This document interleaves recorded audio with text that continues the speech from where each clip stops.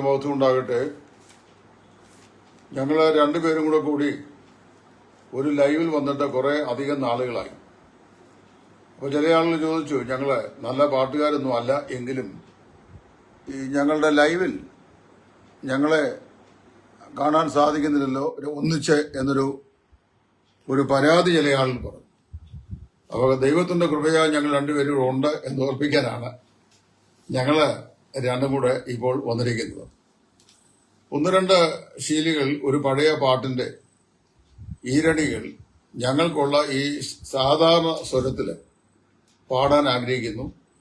അങ്ങനെ പാടിയ ശേഷം അതിപ്രധാനമായ ചില ബൈബിളിക ചോദ്യങ്ങളും അവയുടെ ഉത്തരങ്ങളുമാണ് ഇവിടെ ഇന്ന് ഒരു എപ്പിസോഡായിട്ട് പറയാൻ ആഗ്രഹിക്കുന്നത്. പഴയ കാലത്ത് ഏതോ ഭക്തന്മാർ എഴുതിയ മനോഹരമായ ഒരു പാട്ടിന്റെ ചില വരികൾ ഞങ്ങൾ ഒന്നിച്ച് പാടുകയാണ്. നല്ല പോരാട്ടം പോരാടി ഓട്ടമോടിടാം, വല്ലഭന്റെ നല്ല പാത പിന്തുടർന്നിടാം. നല്ല പോരാട്ടം പോരാടി ഓട്ടം വല്ലഭന്റെ നല്ല പാത പിന്തുടർന്നിടാം. ഭാരം പാപം തള്ളി ലക്ഷ്യം നോക്കി നേരെ മുന്നോട്ടോടി ഓട്ടം തികയ്ക്കാം. ഭാരം പാപം തള്ളി ലക്ഷ്യം നോക്കി നേരെ മുൻപോട്ടോടി ഓട്ടം തികയ്ക്കാം. ഓട്ടക്കളത്തിലോടുന്നോരനേകരെങ്കിലും വിരുന്നു പ്രാപിക്കുന്നൊരേകൻ മാത്രമല്ലയോ. ഓട്ടക്കളത്തിലോടുന്നോരനേകരെങ്കിലും വിരുന്നു പ്രാപിക്കുന്നൊരേകൻ മാത്രമല്ലയോ. ഭാരം പാപം തള്ളി ലക്ഷ്യം നോക്കി നേരെ മുൻപോട്ടോടി ഓട്ടം തികയ്ക്കാം. പിന്നിലുള്ളതൊക്കെയും മറന്നു പോയിടാം, മുന്നിലുള്ള ലാക്കിലേക്കു നേരെ ഓടിടാം. പിന്നിലുള്ളതൊക്കെയും മറന്നു പോയിടാം, മുന്നിലുള്ള ലാക്കിലേക്കു നേരെ ഓടിടാം. ഭാരം പാപം തള്ളി ലക്ഷ്യം നോക്കി നേരെ മുന്നോട്ടോടി ഓട്ടം തികയ്ക്കാം. ആശയിച്ചയൊക്കവേ അടക്കിയോടുകൾ, ആശ വെച്ച പന്തയ പൊരുൾ ലഭിച്ചിടും. ആശയിച്ചയൊക്കവേ അടക്കിയോടുകൾ, ആശ വെച്ച പന്തയ പൊരുൾ ലഭിച്ചിടും. ഭാരം പാപം തള്ളി ലക്ഷ്യം നോക്കി നേരെ മുൻപോട്ടോടി ഓട്ടം തികയ്ക്കാം. ഓട്ടമോടുവാൻ അനേകർ മുൻവന്നെങ്കിലോ ലോത്തിൻ ഭാര്യ പോലെ പിന്നിൽ നോക്കി നിന്നുപോ. ഓട്ടമോടുവാൻ അനേകർ മുൻവന്നെങ്കിലോ ലോത്തിൻ ഭാര്യ പോലെ പിന്നിൽ നോക്കി നിന്നുപോ. ഭാരം പാപം തള്ളി ലക്ഷ്യം നോക്കി നേരെ മുൻപോട്ടോടി ഓട്ടം തികയ്ക്കാം. ഭാരം പാപം തള്ളി ലക്ഷ്യം നോക്കി നേരെ മുൻപോട്ടോടി ഓട്ടം തികയ്ക്കാം. ദൈവത്തിന് സ്തോത്രം. ഞാൻ ആരംഭത്തിൽ ഓർപ്പിച്ച പോലെ ചില ചോദ്യങ്ങളും അവയുടെ ഉത്തരങ്ങളുമാണ് ഇന്ന് രാത്രി ഞങ്ങൾ ഇവിടെ കൈകാര്യം ചെയ്യുവാൻ ദൈവസന്നിധിയിൽ ആഗ്രഹിക്കുന്നത്. ഈ ചോദ്യങ്ങളൊക്കെ ചില ആളുകൾ ചോദിക്കും, വാസ്തവത്തിൽ ഇത് മറ്റുള്ളവർ ചോദിച്ചുള്ള ചോദ്യങ്ങളാണോ അതോ സ്വന്തമായി ഞങ്ങൾ ഉണ്ടാക്കിയ ചോദ്യങ്ങളാണോ? ചില ആളുകളൊക്കെ കമന്റ് എഴുതുന്ന കണ്ടു, ഇതൊക്കെ തന്നെത്താൻ ഭാര്യയും ഭർത്താവും കൊണ്ട് ഉണ്ടാക്കുന്ന ചോദ്യമാണ്. ഒരു കാര്യം ഞാൻ സത്യസന്ധമായി പറയാം, ഭാര്യയ്ക്ക് അതിൽ യാതൊരു പങ്കുമില്ല. അവർ അടുക്കളപ്പണിയൊക്കെ ചെയ്ത് കർത്താവിന്റെ വേലയിൽ എനിക്ക് ആവശ്യമായ പ്രോത്സാഹനമൊക്കെ നൽകി എനിക്ക് വേണ്ടി പ്രാർത്ഥിക്കുന്ന ഒരു ദേവദാസിയാണ്. എന്നാൽ ഇതിലെ മിക്ക ചോദ്യങ്ങളും എന്നോട് നമ്മുടെ ആളുകൾ ചോദിച്ചാണ്. ഇന്ന് രാവിലെയും എന്നോട് പാലക്കാട് ഭാഗത്തുനിന്ന് ഒരാൾ ചോദിച്ച ഒരു ചോദ്യം കൂടെ ഞാൻ ഇതിനകത്ത് ഉൾപ്പെടുത്തിയിട്ടുണ്ട്. അതുകൊണ്ട് ഈ ചോദ്യങ്ങൾ ഇപ്പോൾ ഓരോന്നോരോന്നായി എൻ്റെ വൈഫ് ചോദിക്കും. അതിന് മുൻകാലങ്ങളിൽ പ്രേക്ഷകരുടെ ചോദ്യങ്ങൾക്ക് മറുപടി എന്ന നിലയിൽ ഞാൻ നൽകിയതുപോലെ ഇപ്പോൾ ഇവിടെയും നൽകുവാൻ ആഗ്രഹിക്കുകയാണ്. ആദ്യത്തെ ചോദ്യം ഒന്ന് ചോദിച്ചാട്ടെ. അപ്പോസ്തലനായ പൗലോസിനെ നീറോ ഗളച്ഛേദം ചെയ്യായിരുന്നു എന്നതിന് എന്തെങ്കിലും തെളിവുകൾ ഉണ്ടോ? വളരെ പ്രധാനപ്പെട്ട ഒരു ചോദ്യമാണ്. അപ്പോസ്തലനായ പൗലോസിനെ നീറോ ചക്രവർത്തി ഗളച്ഛേദം ചെയ്യുകയായിരുന്നു എന്നതിലേക്ക് എന്തെങ്കിലും തെളിവുകൾ ഉണ്ടോ എന്നുള്ളതാണ് ചോദ്യം. ഞാൻ ഉൾപ്പെടെയുള്ള എനിക്ക് മുമ്പ് ജീവിച്ചിരുന്നിട്ടുള്ള ഇപ്പോൾ ജീവിച്ചിരിപ്പുള്ള മിക്കവാറും എല്ലാ ദൈവദാസന്മാരും തിമോത്തിയോസിന്റെ ലേഖനം 2-ാം ലേഖനം 4-ാം അധ്യായത്തിന്റെ 6-ഉം 7-ഉം വാക്യങ്ങളിൽ അപ്പോസ്തലനായ പൗലൂസ് പറഞ്ഞിട്ടുള്ള വാക്യങ്ങളുടെ അടിസ്ഥാനത്തിൽ റോമിൽ വെച്ച് തടവിലാക്കപ്പെട്ടുന്ന പൗലൂസിനെ തന്നെ തടവിലാക്കിയ നീറോ ചക്രവർത്തി അദ്ദേഹത്തെ ഗളച്ഛേദം ചെയ്തു എന്നാണ് പൊതുവെ വിശ്വസിക്കപ്പെടുന്നത്. അതേ സംബന്ധിച്ച് ചരിത്രകാരന്മാരായ സഭാചരിത്രകാരന്മാരായ പല ആളുകളും വ്യത്യസ്തങ്ങളായ അഭിപ്രായങ്ങൾ പറഞ്ഞിട്ടുണ്ട്. അതുകൂടാതെ മറ്റു പല വേദവ്യാഖ്യാതാക്കളും പൗലോസ് അപ്പോസ്തലന്റെ മനോഹരമായിരുന്ന ഈ മരണത്തെ സംബന്ധിച്ച് എന്ന് പറഞ്ഞു കഴിഞ്ഞാൽ പൗലോസ് അപ്പോസ്തലൻ തന്റെ ഈ ഗളച്ഛേദം ചെയ്യപ്പെട്ട കാര്യത്തെക്കുറിച്ച് വളരെ വ്യക്തമായിട്ട് പറഞ്ഞിട്ടുണ്ട്, അഭിപ്രായപ്പെട്ടിട്ടുണ്ട്. എന്നാൽ ഇവിടെ ഞാനിവിടെ പറയാൻ ആഗ്രഹിക്കുന്നത് പൗലോസ് വാസ്തവത്തിൽ ഇങ്ങനെ ഗളച്ഛേദം ചെയ്യപ്പെട്ടവനായിട്ട് മരിക്കുകയായിരുന്നു, അതോ സാധാരണ മരണം മരിക്കുകയായിരുന്നു എന്നുള്ള വിഷയമാണ്. അപ്പൊ അതേക്കുറിച്ച് പറയുമ്പോൾ വളരെ വ്യക്തമായി ഞാൻ ഓർപ്പിക്കാൻ ആഗ്രഹിക്കുന്ന ഒരു കാര്യം, വിശുദ്ധ വേദപുസ്തകത്തിൽ എവിടെയും അപ്പോസ്തലനായ പൗലോസ് നീറോ ചക്രവർത്തിയാൽ ഗളച്ഛേദം ചെയ്യപ്പെട്ടു എന്ന് എഴുതപ്പെട്ടിട്ടില്ല. വേദപുസ്തകത്തിന്റെ വെളിയിൽ ഏതെങ്കിലും ചരിത്രരേഖയുണ്ടോ എന്ന് ചോദിച്ചു കഴിഞ്ഞാൽ നാളെ ഇതുവരെ രചിക്കപ്പെട്ടിട്ടുള്ള ചരിത്രരേഖകൾ ഒന്നും തന്നെ വിശ്വസനീയമായ നിലയിൽ പൗലോസ് ഗളച്ഛേദം ചെയ്യപ്പെട്ടു എന്ന് സ്ഥാപിക്കാൻ കഴിയുന്ന ആധികാരികമാകുന്ന ചരിത്ര രേഖകളില്ല. എന്നാൽ ചില സഭാ ചരിത്രകാരന്മാരും അതുപോലെ സഭാ പിതാക്കന്മാരുമായ ആളുകളൊക്കെ ആ നിലയിൽ അഭിപ്രായപ്പെട്ടിരുന്നതായി വേദ പഠിതാക്കൾ സർവ്വസാധാരണയായി പറയുന്നു. ഞാനും അങ്ങനെയാണ് പഠിച്ചിട്ടുള്ളത്. എങ്ങനെയായിരുന്നാലും റോമിലേക്ക് തടവുകാരനായി കൊണ്ടുപോകപ്പെട്ട ആ അപ്പോസ്തലനായ പൗലോസ് അവിടെ വെച്ച് കർത്താവായ യേശുക്രിസ്തുവിന് വേണ്ടി രക്തസാക്ഷിത്വം സഹിക്കേണ്ടി വന്നു എന്നാണ് സർവ്വസാധാരണമായി ക്രൈസ്തവ ലോകത്തെ എല്ലാ വേദവിദ്യാർത്ഥികളും വിശ്വസിക്കുന്നത്. ഞാനും അതുകൊണ്ട് അങ്ങനെ തന്നെ വിശ്വസിക്കുന്നു. താൻ മുമ്പിൽ കണ്ട രക്തസാക്ഷിത്വ മരണത്തെ അദ്ദേഹം സൂചിപ്പിച്ചുകൊണ്ടാണ് തിമോത്തിയോസിന്റെ 2-ാം ലേഖനം 4-ാം അധ്യായത്തിന്റെ 6-ഉം 7-ഉം വാക്യങ്ങൾ ഞാൻ ഇപ്പോൾ തന്നെ പാനീയ യാഗമായി ഒഴിക്കപ്പെടുന്നു, എന്റെ നിര്യാണകാലവും അടുത്തിരിക്കുന്നു, ഞാൻ നല്ല പോർ പൊരുതു, ഓട്ടം തികച്ചു, വിശ്വാസം കാത്തു, ഇനിയും നീതിയുടെ കിരീടം എനിക്കായി വെച്ചുമിരിക്കുന്നു, എനിക്ക് മാത്രമല്ല എന്നോടുകൂടെ കർത്താവിന്റെ പ്രത്യക്ഷയിൽ പ്രിയം വെച്ച ഏവർക്കും കൂടെ തന്നെ എന്ന് അപ്പോസ്തലനായ പൗലോസ് പറഞ്ഞിട്ടുള്ളത്. അതുകൊണ്ട് നിശ്ചയമായും പൗലോസ് ഗളച്ഛേദം ചെയ്യപ്പെടുകയായിരുന്നു, പൗലോസിനെ റോമിൽ വെച്ച് താൻ കൊല്ലപ്പെട്ടു എന്ന് വളരെ വ്യക്തമായി വേദപുസ്തക ലോകം വിശ്വസിക്കുന്നു. ചരിത്രത്തിന്റെ താളുകൾ, ലോക ചരിത്രത്തിന്റെ താളുകൾ ഈ വക കാര്യങ്ങൾക്ക് വലിയ പ്രസക്തമാകുന്ന ആധികാരികമാകുന്ന രേഖകൾ ഇല്ല എന്നുള്ളതാണ് ഏറ്റവും പരമാർത്ഥമായ ഒരു സത്യം. അടുത്ത ചോദ്യം ചോദിച്ചാട്ടെ. യേശുക്രിസ്തു ചരിത്ര പുരുഷനായിരുന്നു എന്നതിന് വേദപുസ്തകത്തിന് വെളിയിൽ ആധികാരികമായ എന്തെങ്കിലും രേഖകളുണ്ടോ? അപ്പൊ എന്റെ വൈഫിന്റെ സൗണ്ട് പാട്ട് പാടുമ്പോൾ നല്ല സൗണ്ടാണ് എന്നാലും ഈ ചോദ്യം ചോദിക്കുമ്പോൾ സൗണ്ടിന് അല്പം ഒരു ലാഗിങ് ഉണ്ട്. ഒരു പക്ഷെങ്കിൽ ഇങ്ങനെയുള്ള പരിചയങ്ങളുടെ കുറവുകളായിരിക്കും. അതുകൊണ്ട് ഒരു ചെറിയ ട്രെയിനിങ് എന്ന നിലയിൽ കൂടിയാണ് ഞാനിപ്പോൾ കൊണ്ടുവന്നിരുത്തിയിരിക്കുന്നത്. കാരണം അറിയാമോ, ഞാൻ പ്രായമായി വരുമ്പോൾ ഇങ്ങനെ ഒരു വാസ്തുവിന്റെ ഒരു ട്രെയിൻഡ് ആയിട്ടുള്ള ഒരാളെ കൂടെ ഇരുന്നത് വളരെ നല്ലതാണ്. അപ്പൊ അതുകൊണ്ട് അത് എന്റെ ഭാര്യ തന്നെ ആയിക്കോട്ടെ എന്ന് ഞാൻ ചിന്തിച്ചു. അപ്പോൾ ഇവിടെ അവർ ചോദിച്ച ചോദ്യം യേശുക്രിസ്തു ചരിത്ര പുരുഷനായിരുന്നു എന്നതിന് വേദപുസ്തകത്തിന്റെ വെളിയിൽ ആധികാരികമായ എന്തെങ്കിലും ചരിത്ര തെളിവുകൾ ഉണ്ടോ എന്നുള്ളതാണ്. നല്ല ചോദ്യമാണ്. യേശുക്രിസ്തു ചരിത്ര പുരുഷൻ അല്ല എന്ന് പറഞ്ഞിട്ടുള്ള സനൽ ഇടമറുക പോലെയുള്ള അവസരവാദികളായ യുക്തിവാദികളും പിന്നെ ദൈവവിശ്വാസത്തെ പാടെ നിരാകരിച്ചിരുന്ന ഈ പല ആളുകളും ഈ ലോക ചരിത്രത്തിൽ തന്നെ ഉണ്ട്. അങ്ങനെയുള്ള ആളുകളുടെ ഇടയിൽ ഈ എ.ടി. കോവൂരിനെ പോലുള്ള ആളുകളൊക്കെ അങ്ങനെയുള്ള ആളുകളായിരുന്നു. അങ്ങനെയുള്ള ആളുകൾ ധാരാളമായി ഈ ലോക ചരിത്രത്തിൽ കാലാകാലങ്ങളിലായി ജനിച്ച് ജീവിച്ച് തങ്ങളുടെ തത്വശാസ്ത്രങ്ങളെ പ്രചരിപ്പിച്ച് മരിച്ച് മൺമറഞ്ഞിട്ടുണ്ട്.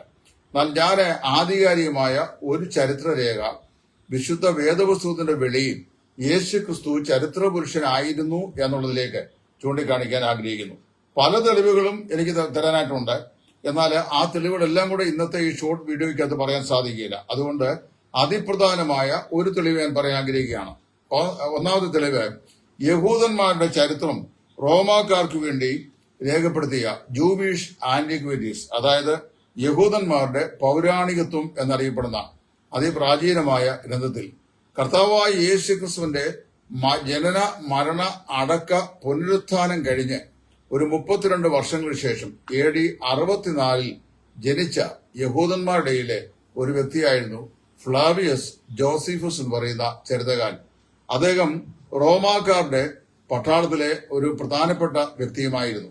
അദ്ദേഹത്തോട് റോമൻ ചക്രവർത്തി ഇപ്രകാരം ആവശ്യപ്പെട്ടു: കർത്താവായ യേശുക്രിസ്തുവിന്റെ അല്ല, ഈ യഹൂദന്മാരുടെ ചരിത്രപരമായിരുന്ന സത്യങ്ങളെ സംബന്ധിച്ച് ക്രോഡീകരിച്ച് ഒരു പുസ്തകം എഴുതണമെന്ന് പറഞ്ഞു. അതായത് യഹൂദന്മാരുടെ ചരിത്രം, റോമൻ സാമ്രാജ്യത്തിലുള്ള യഹൂദന്മാരുടെ പൗരാണിക ചരിത്രം, വർത്തമാന ചരിത്രം എഴുതാൻ ആവശ്യപ്പെട്ടു. പ്രത്യേകം ഓർക്കണം, യേശു ക്രിസ്തു ജനിച്ച് ജീവിച്ച് മരിച്ച് മൺമറഞ്ഞതിന് ശേഷം 32 വർഷങ്ങൾക്ക് ശേഷമാണ് ഈ ഫ്ലേവിയസ് ജോസിഫസ് എന്ന് പറയുന്ന യഹൂദ ചരിത്രകാരൻ ജനിച്ചത്. അത് AD 64. അദ്ദേഹം റോമാക്കാർക്ക് വേണ്ടി എഴുതുകയാണ്. റോമാക്കാർക്ക് വേണ്ടി എഴുതുമ്പോൾ അദ്ദേഹം വളരെ വ്യക്തമായി ഒരു ഖണ്ഡിക യേശു ക്രിസ്തുവിനെ കുറിച്ച് എഴുതിയിട്ടുണ്ട്. ജൂവിഷ് ആന്റിക്വിറ്റീസ് എന്ന് പറയുന്ന മഹത്വരമായ ആ ഗ്രന്ഥത്തിൽ, അതായത് ഈ യഹൂദന്മാരുടെ പൗരാണികത്വം എന്ന് പറയുന്ന ആ ഗ്രന്ഥത്തിൽ ഫ്ലേവിയസ് ജോസീഫസ് എന്ന് പറയുന്ന യഹൂദ ചരിത്രകാരൻ കർത്താവായ യേശു ക്രിസ്തുവിനെ കുറിച്ച് എഴുതിയ വരികൾ ഞാനിവിടെ കാണാപ്പാടം നിങ്ങളോട് പറയാൻ ആഗ്രഹിക്കുകയാണ്. ഏതാണ്ട് ഈ കാലത്തിലായിരുന്നു യഹൂദന്മാരുടെ ചിരകാല പ്രതീക്ഷിത മെഷിക എന്ന് വിശ്വസിക്കപ്പെടുന്ന യേശു ക്രിസ്തു ഭൂമിയിൽ അവതരിച്ചത്. അവന് ഈ യഹൂദിയ, ഗലീലിയ, പലസ്തീൻ നാടുകളിൽ നെടുകയും കുറുകയും നടന്നുകൊണ്ട് ദൈവരാജ്യം പ്രസംഗിക്കുകയും അനേക രോഗികളെ സൗഖ്യമാക്കുകയും മരിച്ചവരെ ഉയർപ്പിക്കുകയും ഒക്കെ ചെയ്തു. ധാരാളം 12 ശിഷ്യന്മാർ അവനുണ്ടായിരുന്നു. ധാരാളം ആളുകൾ അവനെ അനുഗമിച്ചിരുന്നു. എന്നാൽ അവനെ വാസ്തവത്തില് യേശു എന്ന് പറയുന്നത് നീതിയുക്തമോ എന്ന് ഞാൻ സംശയിക്കുന്നു. അവൻ ദൈവത്തിന്റെ ക്രിസ്തുവായിരുന്നു. He was the messiah of God. അവൻ ദൈവത്തിന്റെ ക്രിസ്തുവായിരുന്നു. എന്നാൽ നമ്മുടെ പ്രമാണികളായ ആളുകൾ അവനെ പിടിച്ച് ക്രൂശിക്കുകയും പിലാത്തോസ് എന്ന നടുവായുടെ മുമ്പാകെ അവനെ വിസ്തരിച്ച് ക്രൂശിക്കുകയും അവൻ മരിച്ച് അടക്കപ്പെട്ടിട്ട് 3-ാം ദിവസം ഉയർത്തെഴുന്നേൽക്കുകയും ചെയ്തു. അവന്റെ പേരിൽ അറിയപ്പെടുന്ന ക്രൈസ്തവ സമൂഹം ഇന്നും നമ്മുടെ ജീവിച്ചിരിപ്പുണ്ട്. ഇത്രയും കാര്യങ്ങളാണ് ഫ്ലേവിയസ് ജോസീഫസ് നസറേയനായ യേശു ക്രിസ്തുവിനെ കുറിച്ച് യഹൂദ പൗരാണികത്വം എന്ന് പറയുന്ന പ്രശസ്തമാകുന്ന തന്റെ ഗ്രന്ഥത്തിൽ രേഖപ്പെടുത്തിയിട്ടുള്ളത്. ഇത് സമ്പൂർണമായും വേദപുസ്തകത്തിന്റെ വെളിയിലുള്ള ക്രിസ്തുവിനെ സംബന്ധിച്ചുള്ള ആധികാരികമായ ഒരു ചരിത്ര രേഖയാണ്. ഈ ചരിത്ര രേഖയുടെ ആ ഒരു ഖണ്ഡിക ധാരാളം മതിയാവും. കർത്താവായ യേശു ഈ ഭൂമിയിൽ ജീവിച്ചിരുന്നു, ജനിച്ചിരുന്നു, ശുശ്രൂഷകൾ ചെയ്തിരുന്നു, അവൻ മരിച്ചു, അവൻ അടക്കപ്പെട്ടു, അവൻ ഉയർത്തെഴുന്നേറ്റു എന്ന ഉള്ള സത്യത്തെ ലോകത്തിന് മുമ്പാകെ പരസ്യമായി പ്രഖ്യാപിക്കുവാനായി. ഇപ്പൊ യേശു ക്രിസ്തു ചരിത്രപുരുഷനായിരുന്നു എന്നതിലേക്ക് വല്ല തെളിവുണ്ടോ എന്ന് ചോദിച്ചു കഴിഞ്ഞാൽ യേശു ക്രിസ്തു ചരിത്രപുരുഷനായിരുന്നു എന്നുള്ളതിലേക്കുള്ള വ്യക്തമായ തെളിവാണ് യേശു ക്രിസ്തുവിനെ വിശ്വസിക്കാത്ത, യേശു ക്രിസ്തുവിനെ അംഗീകരിക്കാത്ത, അല്ലെങ്കിൽ യേശു ക്രിസ്തുവിനെ അനുധാവനം ചെയ്യാത്ത യഹൂദന്മാരുടെ ഒരു ചരിത്രകാരനായിരുന്ന ഫ്ലേവിയസ് ജോസീഫസ് ഈ നിലയിൽ ഒരു രേഖ ഉണ്ടാക്കി റോമ ചക്രവർത്തിക്ക് സബ്മിറ്റ് ചെയ്തിട്ടുള്ളത്. അതുകൊണ്ട് നിശ്ചയമായും നാം മനസ്സിലാക്കുന്നത് യേശു ക്രിസ്തു ചരിത്ര പുരുഷനായ വ്യക്തി തന്നെ എന്നാണ്. 3-ാമത്തെ ചോദ്യത്തിലേക്ക് ഞാൻ പ്രവേശിക്കട്ടെ. 3-ാമത്തെ ചോദ്യം ഉച്ചത്തിൽ വായിക്കണം. യേശു ക്രിസ്തു ഒരേ സമയത്ത് മനുഷ്യനും ദൈവവുമായിരുന്നെങ്കിൽ ആ പ്രകൃതി എങ്ങനെ മനസ്സിലാക്കാം? വളരെ പ്രധാനമായ ഒരു ക്രിസ്റ്റോളജിക്കൽ ക്വസ്റ്റ്യൻ ആണ് 3-ാമത്തെ ചോദ്യം. ഇത് എന്റെ ഒരു പൂർവ്വകാല ബൈബിൾ സ്റ്റുഡന്റ് തന്നെ എന്നോട് ചോദിച്ചാണ്. അതായത് ഇപ്പം പാലക്കാട്ട് അട്ടപ്പാടിക്ക് അടുത്തുള്ള സ്ഥലത്താണ് കർത്താവിന് വില ചെയ്യുന്നത്. അദ്ദേഹം തന്നെ എന്നോട് ചോദിച്ച ചോദ്യമാണ് യേശു ക്രിസ്തുവിന്റെ ഇരുവിധ പ്രകൃതങ്ങൾ. അതായത് യേശു ക്രിസ്തു ഒരേ സമയത്ത് തന്നെ ദൈവവും യേശു ക്രിസ്തു അതേ സമയത്ത് തന്നെ മനുഷ്യനും എന്ന നിലയിൽ ദൈവവും മനുഷ്യനുമായി ഒരേ സമയത്ത് ആയിരുന്ന വ്യക്തിയാണ് കർത്താവായ യേശു. ഈ പ്രകൃതിയെ എങ്ങനെയാണ് നമുക്ക് മനസ്സിലാക്കുവാനായിട്ട് സാധിക്കുക? ഞാനൊരു വളരെ വ്യക്തമായ ഒരു കാര്യം പറയാം. മനുഷ്യൻ 3 ഡയമെൻഷണൽ ബീങ് എന്ന നിലയിലാണ് സൃഷ്ടിതമായിട്ടുള്ളത്. എന്നാൽ God is in the 4th dimension. ദൈവം 4th ഡയമെൻഷൻ സ്ഥിതി ചെയ്യുന്ന ആളാണ്. അപ്പൊ 4th ഡയമെൻഷൻ സ്ഥിതി ചെയ്യുന്ന ദൈവത്തെ 3 ഡയമെൻഷണൽ ബീങ് ആയ മനുഷ്യന് കൺസീവ് ചെയ്യുക എന്നുള്ളത് വളരെ പ്രയാസകരമായ ഒരു വിഷയമാണ്. അതുകൊണ്ട് തന്നെ ദൈവം എന്ന സംജ്ഞയെ നമുക്ക് ആശയപരമായി വിശ്വസിക്കുകയല്ലാതെ നമ്മുടെ മൈൻഡിൽ കൺസീവ് ചെയ്യാനായിട്ട് സാധിക്കുന്നത്. അതിന്റെ കാരണം എന്ന് വെച്ചാൽ God is in the 4th dimension and human is in the 3rd dimension ആണ് എങ്കിലും ഞാൻ പറയാൻ ആഗ്രഹിക്കുന്നു, യേശു ക്രിസ്തു ഒരു സമ്പൂർണ്ണ ദൈവവും സമ്പൂർണ്ണ മനുഷ്യനുമായിരുന്നു. ഒരേ സമയത്ത് തന്നെ ക്രിസ്തു 100% ദൈവവും 100% മനുഷ്യമായിരുന്നു. ചില ആളുകൾ പറയുന്ന പോലെ യേശു ക്രിസ്തു 50% മനുഷ്യവും 50% ദൈവവുമായി 50-50 ബിസ്ക്കറ്റ് പോലെ ആയിരുന്ന ഒരു വ്യക്തിയായിരുന്നില്ല. അവൻ 100% ഗോഡായിരുന്നു, 100% മനുഷ്യനും ആയിരുന്നു. ഇത് രണ്ടും ശരിയാണെന്നുള്ളതിന് ധാരാളം തെളിവുകൾ മത്തായി, മർക്കോസ്, ലൂക്കോസ്, യോഹന്നാൻ ഇത്യാദി സുവിശേഷങ്ങളിലെ യേശു ക്രിസ്തുവിന്റെ ഐഹിക ജീവിത നാളുകളിലെ ശുശ്രൂഷകൾ, പ്രവർത്തനങ്ങൾ, രക്ഷണീയ പ്രവർത്തനങ്ങൾ ഇത്യാദികൾ കൂടി നമുക്ക് നന്നായി മനസ്സിലാക്കുവാനായിട്ട് സാധിക്കുന്നുണ്ട്. ഇപ്പൊ ഇത് രണ്ടും കൂടെ ചേർന്ന് മൂന്നാമതൊരു പ്രകൃതമാണ് യേശു ക്രിസ്തു ഉണ്ടായിരുന്നത് എന്നാണ് അറിയൂസ് എന്ന് പറയുന്ന വേദവിപരീതി AD 325 കുസ്തന്തനോസ് ചക്രവർത്തി വിളിച്ചുകൂട്ടിയ ക്രൈസ്തവ സഭയുടെ ചരിത്രത്തിലെ പ്രശസ്തമാകുന്ന കൗൺസിൽ അഭിപ്രായപ്പെട്ടത്. അദ്ദേഹത്തെ എതിർപ്പെട്ടത് അഥാനാസ്യൂസ് എന്ന് പറയുന്ന പ്രശസ്തനാകുന്ന അന്ത്യോക്യൻ ബിഷപ്പായിരുന്നു. അപ്പൊ ഇദ്ദേഹം അദ്ദേഹത്തോട് പറഞ്ഞത് യേശു ക്രിസ്തു ദൈവത്വവും മനുഷ്യത്വവും കൂടെ സമ്മിശ്രമായി ചേർന്ന് മൂന്നാമത് ഒരു പ്രകൃതമുള്ള ആളായിരുന്നു എന്നാണ്. എന്നാൽ അതിനെ അഥാനാസ്യൂസ് ഖണ്ഡിച്ചു. അദ്ദേഹം പറഞ്ഞു, ഈ ദൈവത്വവും മനുഷ്യത്വവും രണ്ട് വിശിഷ്ട പ്രത്യേക വ്യത്യസ്ത സ്വഭാവങ്ങളായി ഒരു വ്യക്തിയിൽ ഒരു സമയത്ത് ഇടകലരാതെ നിലകൊണ്ടിരുന്നു. സമ്പൂർണമായി ദൈവമായി അവനായിരുന്നു, അപ്പോൾ തന്നെ സമ്പൂർണമായി മനുഷ്യനായിട്ടും ആയിരുന്നു. ദൈവതത്വത്തിന്റെയും മനുഷ്യതത്വത്തിന്റെയും വ്യക്തിഗതമാകുന്ന സ്ഥിതി വിശേഷങ്ങളും സ്വഭാവ സവിശേഷങ്ങളും കർത്താവായ യേശു ക്രിസ്തുവിൽ വളരെ പ്രകടമായി ഈ ഭൂമിയിലായിരുന്നപ്പോൾ അത് കണ്ടിരുന്നു എന്ന് വായിക്കുന്നു. കർത്താവ് താൻ തന്നെ പറഞ്ഞിട്ടുണ്ട്, ഞാനും എന്റെ പിതാവും ഒന്നാകുന്നുവെന്നും ഞാൻ മുഖാന്തരമല്ലാതെ ആർക്കും പിതാവിന്റെ അടുക്കൽ വരുവാൻ സാധിക്കില്ല എന്നും സ്വർഗത്തിൽ വസിക്കുന്നവനായ ദൈവത്തെ ആരും ഒരു നാളും കണ്ടില്ല എന്നും എന്നാൽ അവന്റെ മടിയിലിരിക്കുന്ന ഏകജാതനായ പുത്രനാണ് അവനെ വെളിപ്പെടുത്തിയിരിക്കുന്നത് എന്നൊക്കെ പറഞ്ഞ് ദൈവതത്വത്തിന്റെ സാരാംശ സ്വഭാവങ്ങളായിരുന്ന സർവശക്തി, സർവജ്ഞാനം, സർവവ്യാപകത്വം, സ്വയംഭൂവത്വം, സൃഷ്ടികർത്തൃത്വം, അത് രക്ഷണ പ്രവൃത്തി, അതുപോലെ ന്യായാധിപത്യം, ഇങ്ങനെയുള്ള എല്ലാ ഗുണലക്ഷണങ്ങളും കർത്താവായ യേശു ക്രിസ്തുവിൽ 100% വ്യക്തമായി നമുക്ക് കാണുവാനായിട്ട് സാധിക്കുന്നുണ്ട്. അതേസമയത്ത് മനുഷ്യ നിലയിൽ മാനുഷികമായ കോപം, മാനുഷികമായ ദേഷ്യം, മാനുഷികമായ ക്ഷീണം, മാനുഷികമായ നിദ്ര, മാനുഷികമായ ദാഹം, മാനുഷികമായ വിശപ്പ്, ഇങ്ങനെയുള്ള എല്ലാ മനുഷ്യ സ്വഭാവങ്ങളും യേശു ക്രിസ്തുവിന് ഉണ്ടായിരുന്നു. എന്നാൽ യേശു ക്രിസ്തു ദൈവ നിലയിൽ സമ്പൂർണമായ ദൈവത്വ സ്വഭാവവും മനുഷ്യ നിലയിൽ സമ്പൂർണമായ മനുഷ്യത്വ സ്വഭാവവും അവന് ഉണ്ടായിരുന്നു. ഇത് രണ്ട് ഇടകല്ലാതെ ഒരേ സമയത്ത് തന്നെ കർത്താവായ യേശു ക്രിസ്തു എന്ന വ്യക്തിയിൽ നിലകൊണ്ടിരുന്നു എന്നാണ് നമുക്ക് മനസ്സിലാക്കുവാനായിട്ട് സാധിക്കുന്നത്.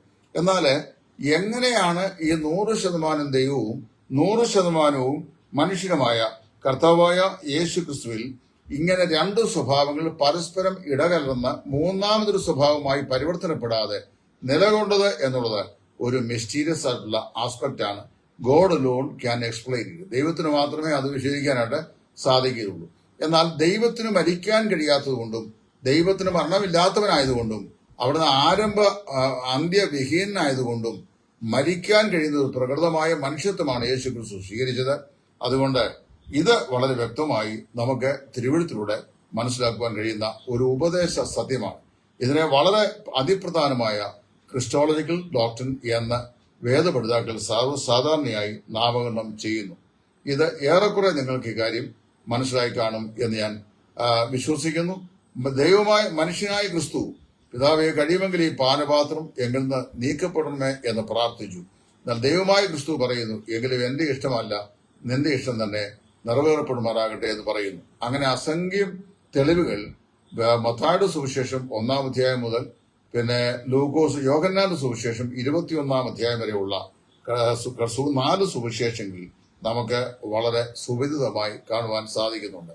ഇത് ഏറെക്കുറെ ഇത്രയും മാത്രമേ ഈ ചെറിയ വീഡിയോയിൽ പറയാൻ സാധിക്കുള്ളൂ. സംശയമുള്ളവർക്ക് എന്റെ വാട്സാപ്പിൽ കോൺടാക്ട് ചെയ്താൽ മതി. ഞാൻ കൂടുതൽ വിശദീകരിച്ച് നൽകുന്നതാണ്. Next question. സഭയുടെ കാന്തൻ യേശുക്രിസ്തു ആണല്ലോ. നിർത്തിനോക്കണം, അങ്ങോട്ട് നോക്കി പറഞ്ഞോട്ടെ. സഭയുടെ കാന്തൻ യേശുക്രിസ്തു ആണല്ലോ. അങ്ങനെയെങ്കിൽ ഇക്കാലത്ത് സഭകളിൽ കാണപ്പെടുന്ന അനാത്മീയ പ്രവണതകളിൽ ക്രിസ്തു എന്തുകൊണ്ട് ഇടപെടുന്നില്ല? നല്ലൊരു ചോദ്യമാണ്. ഇത് ചോദിച്ചേക്കുന്നത് നമ്മുടെ ഒരു വേർപാടുകാരൻ സഹോദരൻ തന്നെയാണ്. അദ്ദേഹത്തിന്റെ പേര് ഞാൻ പറയുന്നില്ല. അപ്പൊ അദ്ദേഹത്തെ പേര് പറഞ്ഞ ആളുകൾ മനസ്സിലാക്കേണ്ട. അത് ഒരു സഹോദരൻ ചോദിച്ചാണ്. സഭയുടെ കാന്തൻ കർത്താവായ യേശു ക്രിസ്തുവാണ്. ഭരണാധികാരിയും കർത്താവായ യേശുവാണ്. അങ്ങനെയാണെങ്കിൽ ഇന്ന് നമ്മുടെ സഭകളിലൊക്കെ ആയി കാണപ്പെടുന്ന അനാത്മികമായ പല പ്രവണതകളുണ്ട്. വഴക്ക്, വയ്യാവേലി, പിന്നെ ഇങ്ങനെയുള്ള പ്രശ്നങ്ങളൊക്കെ ഉണ്ടല്ലോ. അതിന് എന്തുകൊണ്ടാണ് ക്രിസ്തു ഇങ്ങനെയുള്ള കാര്യങ്ങളിൽ ഇടപെടാത്തത് എന്നാണ് ചോദ്യം. ഞാൻ അതിന് വളരെ വ്യക്തമായൊരു ദൃഷ്ടാന്തത്തോട് അത് വിവരിച്ചു തരാം. സാധാരണയായി കുറ്റകൃത്യങ്ങളിൽ ഏർപ്പെടുന്ന ആളുകളെ പിടിച്ചുകൊണ്ട് ജയിലിൽ പോകാറുണ്ട്. കുറ്റകൃത്യങ്ങൾക്ക് അതിന്റെ ഗൗരവങ്ങൾ വ്യത്യാസമുണ്ട്. ഉദാഹരണം പറഞ്ഞു കഴിഞ്ഞാൽ അടിപിടി കേസിൽ ചെയ്തവന് ലഭിക്കുന്ന ശിക്ഷയല്ല കൊലപാതകം ചെയ്തവന് കിട്ടുന്ന ശിക്ഷ. അങ്ങനെ ഓരോരുത്തരുടെയും ചെയ്ത തെറ്റിന്റെ കാഠിന്യം അനുസരിച്ചാണ് ശിക്ഷയ്ക്കുള്ള വകുപ്പുകൾ. അങ്ങനെയാണ് അത് നമ്മുടെ ഈ കോൺസ്റ്റിറ്റ്യൂഷനിൽ കാണാൻ കഴിയുന്നത്. അപ്പൊ ഇന്ത്യൻ പീനൽ കോഡ് പ്രകാരമാണ് ശിക്ഷയ്ക്കുള്ള ക്രമങ്ങൾ സാധാരണയായി പോലീസുകാര് കുറ്റക്കാരനെ തെറ്റുകാരനെ പിടിക്കുമ്പോൾ ഇടുന്നത്. ആ ക്രമം വെച്ചാണ്, ആ ശിക്ഷാ നിയമം വെച്ചാണ് കോടതിയിൽ അദ്ദേഹത്തെ ചോദ്യം ചെയ്യപ്പെടുന്നതും അദ്ദേഹത്തെ ശിക്ഷിക്കുകയോ വെറുതെ വിടുകയോ ചെയ്യുന്നതും. അങ്ങനെ വരുമ്പോൾ ചില ആളുകളെ ജയിലിൽ ചെന്ന് കഴിയുമ്പോൾ സ്വതന്ത്രരായി വിട്ടേക്കപ്പെടുന്ന ചില ആളുകളുണ്ട്. അത് ഓപ്പൺ ബിൽഡിങ്ങില് അവരെ കൂട്ടമായി ജയിലില് അവരെ കാണാം. പണ്ട് കുഞ്ഞോൻ ചാക്കോ എന്ന് പറയുന്ന ദേവദാസിന്റെ കൂടെ പല പ്രാവശ്യം കേരളത്തിലെ ജയിലിൽ സന്ദർശിച്ചപ്പോൾ ഞാൻ അവരെയൊക്കെ കണ്ടിട്ടുണ്ട്. ചില ആളുകളെ 2, 3, 4 പേരെ ഉള്ള സെല്ലുകളിൽ ഒന്നിച്ചിട്ടേക്കുന്നത് കാണാം. എന്നാൽ വേറെ ചില ആളുകളെ അകത്തെ ആമത്തിലിട്ട് ശക്തമായ ബന്ധനത്തിൽ പൂട്ടിയിട്ടേക്കുന്ന കാണാം. അവരെ വലിയ ശിക്ഷയ്ക്ക് ബാധ്യതരായിട്ടുള്ള കുറ്റകൃത്യങ്ങൾ ചെയ്തിട്ടുള്ള ആളുകളാണ്. ഇനിയും സാധാരണപ്പെട്ട കേസുകളിൽ പിടിക്കപ്പെടുന്ന ആളുകൾക്ക് നടയടി മുതൽ അങ്ങോട്ടുള്ള ഡെയിലി ശിക്ഷാക്രമങ്ങൾ ഉണ്ടെന്നാണ് പറയപ്പെടുന്നത്. എനിക്ക് ആധികാരികമായിട്ട് അറിയാൻ വയ്യ. കാര്യം ആധികാരികമായി അറിയാൻ വയ്യാത്ത കാര്യത്തെക്കുറിച്ച് പറഞ്ഞാൽ പിന്നെ അവരെന്നെ ചോദ്യം ചെയ്യരുത്. അതുകൊണ്ട് ഇങ്ങനെ ഞാൻ കേട്ടിട്ടുണ്ട്. ചിലപ്പോൾ കിട്ടുമായിരിക്കാം. എന്നാൽ ഈ വധശിക്ഷയ്ക്ക് വിധിച്ച് ശക്തമായ ബന്ധനത്തിൽ പൂട്ടിയിട്ടിരിക്കുന്നവന് നടയടിയോ അങ്ങനെയുള്ള പ്രശ്നങ്ങളോ ഒന്നുമില്ല. ഇതെല്ലാം കൂടെ ഒരു ദിവസം ഒന്നിച്ച് അനുഭവിച്ചാൽ മതി എന്ന് പറഞ്ഞ പോലെ സഭയുടെ കാന്തനും അതിന്റെ ഉടമസ്ഥനും കർത്താവായ യേശുക്രിസ്തുവാണെങ്കിൽ ഇന്ന് സഭകൾ കാണുന്ന അനാത്മികമായ അനേക പ്രവണതകൾക്കും ഉടനടി കർത്താവ് ഇറങ്ങി വന്ന ശിക്ഷയും ശിക്ഷാക്രമങ്ങളും നൽകുന്നില്ല. അപൂർവമായ ചില കാര്യങ്ങൾക്കൊക്കെ ദൈവം ഏർപ്പെടാറുണ്ട് എന്ന് വെച്ചാലും എല്ലാത്തിനും ഇപ്പോൾ അങ്ങനെ ചെയ്യുന്നില്ല. കാരണം വെച്ചാല് എല്ലാവരും പിതാവിനെ ബഹുമാനിക്കുന്ന പോലെ പുത്രനെയും ബഹുമാനിക്കേണ്ടതിന് പിതാവ് ആരെയും ന്യായം വിധിക്കാതെ ന്യായവിധിയെല്ലാം പുത്രന് കൊടുത്തിരിക്കുന്നു എന്നാണ് കർത്താവായ യേശു യോഹന്നാന്റെ സുവിശേഷത്തിൽ പറഞ്ഞിട്ടുള്ളത്. അങ്ങനെ വരുമ്പോൾ 2 കൊരിന്ത്യർ 5-ാം അധ്യായത്തിന്റെ 10-ാം വാക്യത്തിൽ അപ്പോസ്തലനായിട്ട് പൗലോസ് പറഞ്ഞിട്ടുള്ള പ്രബലമായ ഒരു വാക്യത്തിലേക്ക് നിങ്ങളുടെ ശ്രദ്ധയെ ഞാൻ ഈ സമയത്ത് ഹഠതാവശ്യിക്കുന്നു. അവിടെ നാം ഇങ്ങനെയാണ് വായിക്കുന്നത്: അവനവൻ ശരീരത്തിലിരിക്കുമ്പോൾ ചെയ്തത് നല്ലതാകലും തീയതാകലും തക്കവണ്ണം പ്രാപിക്കേണ്ടതിന് നാം എല്ലാവരും ക്രിസ്തുവിന്റെ ന്യായാസനം മുമ്പാകെ വെളിപ്പെടേണ്ടതാകുന്നു. ഇത് 2 കൊരിന്ത്യർ 5-ാം അധ്യായത്തിന്റെ 10-ാം വാക്യത്തിൽ പൗലൂസ് പറയുകയാണ്. അതേ പൗലൂസ് റോമർ 14-ൽ പറയുന്നു, അല്ല, നീ സഹോദരനെ വിധിക്കുന്നത് എന്ത്? നാം എല്ലാവരും ദൈവത്തിന്റെ ന്യായാസനം മുമ്പാകെ നിൽക്കേണ്ടതാകുന്നു.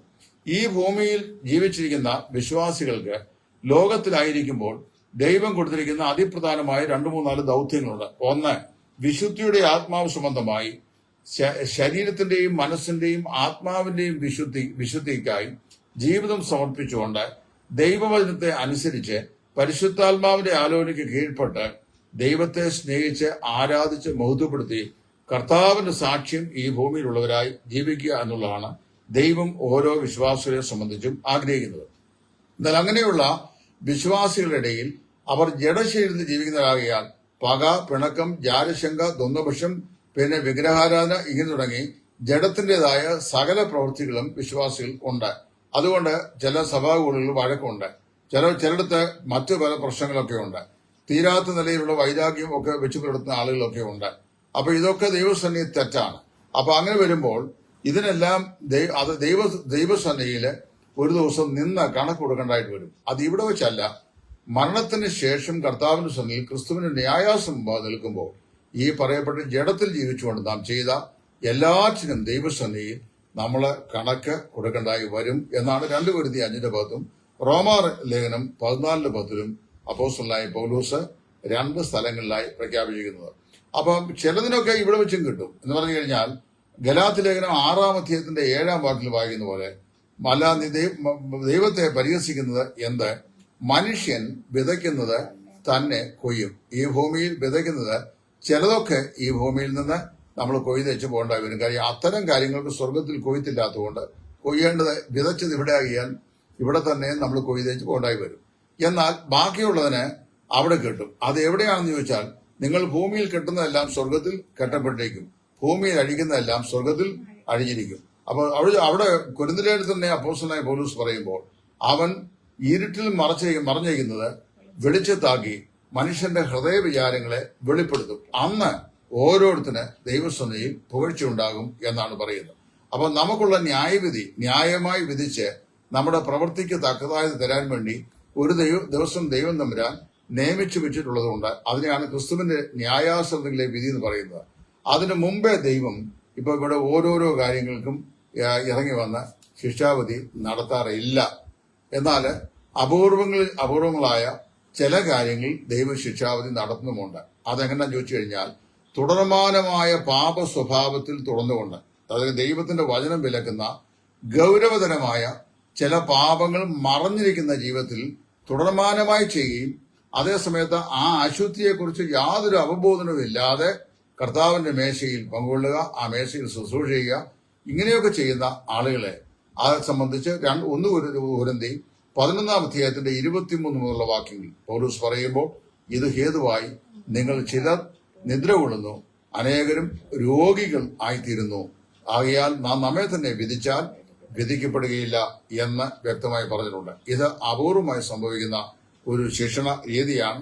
ബാക്കിയുള്ളതിനെല്ലാം കർത്താവിന്റെ ന്യായാസനത്തിൽ വെച്ച് എണ്ണി കണക്ക് കൊടുക്കേണ്ടായി വരും. അതിനെല്ലാം അനുകൂലവും പ്രതികൂലവുമായിട്ടുള്ള പ്രതിഫലങ്ങളും ലഭിക്കും എന്ന് തിരുവഴുത്തിലൂടെ നമുക്ക് മനസ്സിലാക്കുവാൻ സാധിക്കുന്നു. അടുത്ത ചോദ്യത്തിലേക്ക് പ്രവേശിക്കട്ടെ. ഈ കാലത്തിലെ ഏത് പ്രാദേശിക സഭയാണ് ബൈബിൾ പ്രകാരം 100% ശരിയായിട്ടുള്ളത്? നാം ജീവിക്കുന്ന ഈ കാലഘട്ടത്തിലെ ഒരുപാട് പ്രാദേശിക സഭകളുണ്ട്. ഇതിൽ ഏത് പ്രാദേശിക സഭയാണ് 100% ശരിയായിട്ടുള്ളത് വചനപ്രകാരം ശരിയായിട്ടുള്ളത്? അതിന് ഉത്തരം ഞാൻ പറയാം. 100% ശരിയായിട്ടുള്ള ഒരു സഭയും ഇല്ല എന്നുള്ളതാണ് ഒരു സത്യം.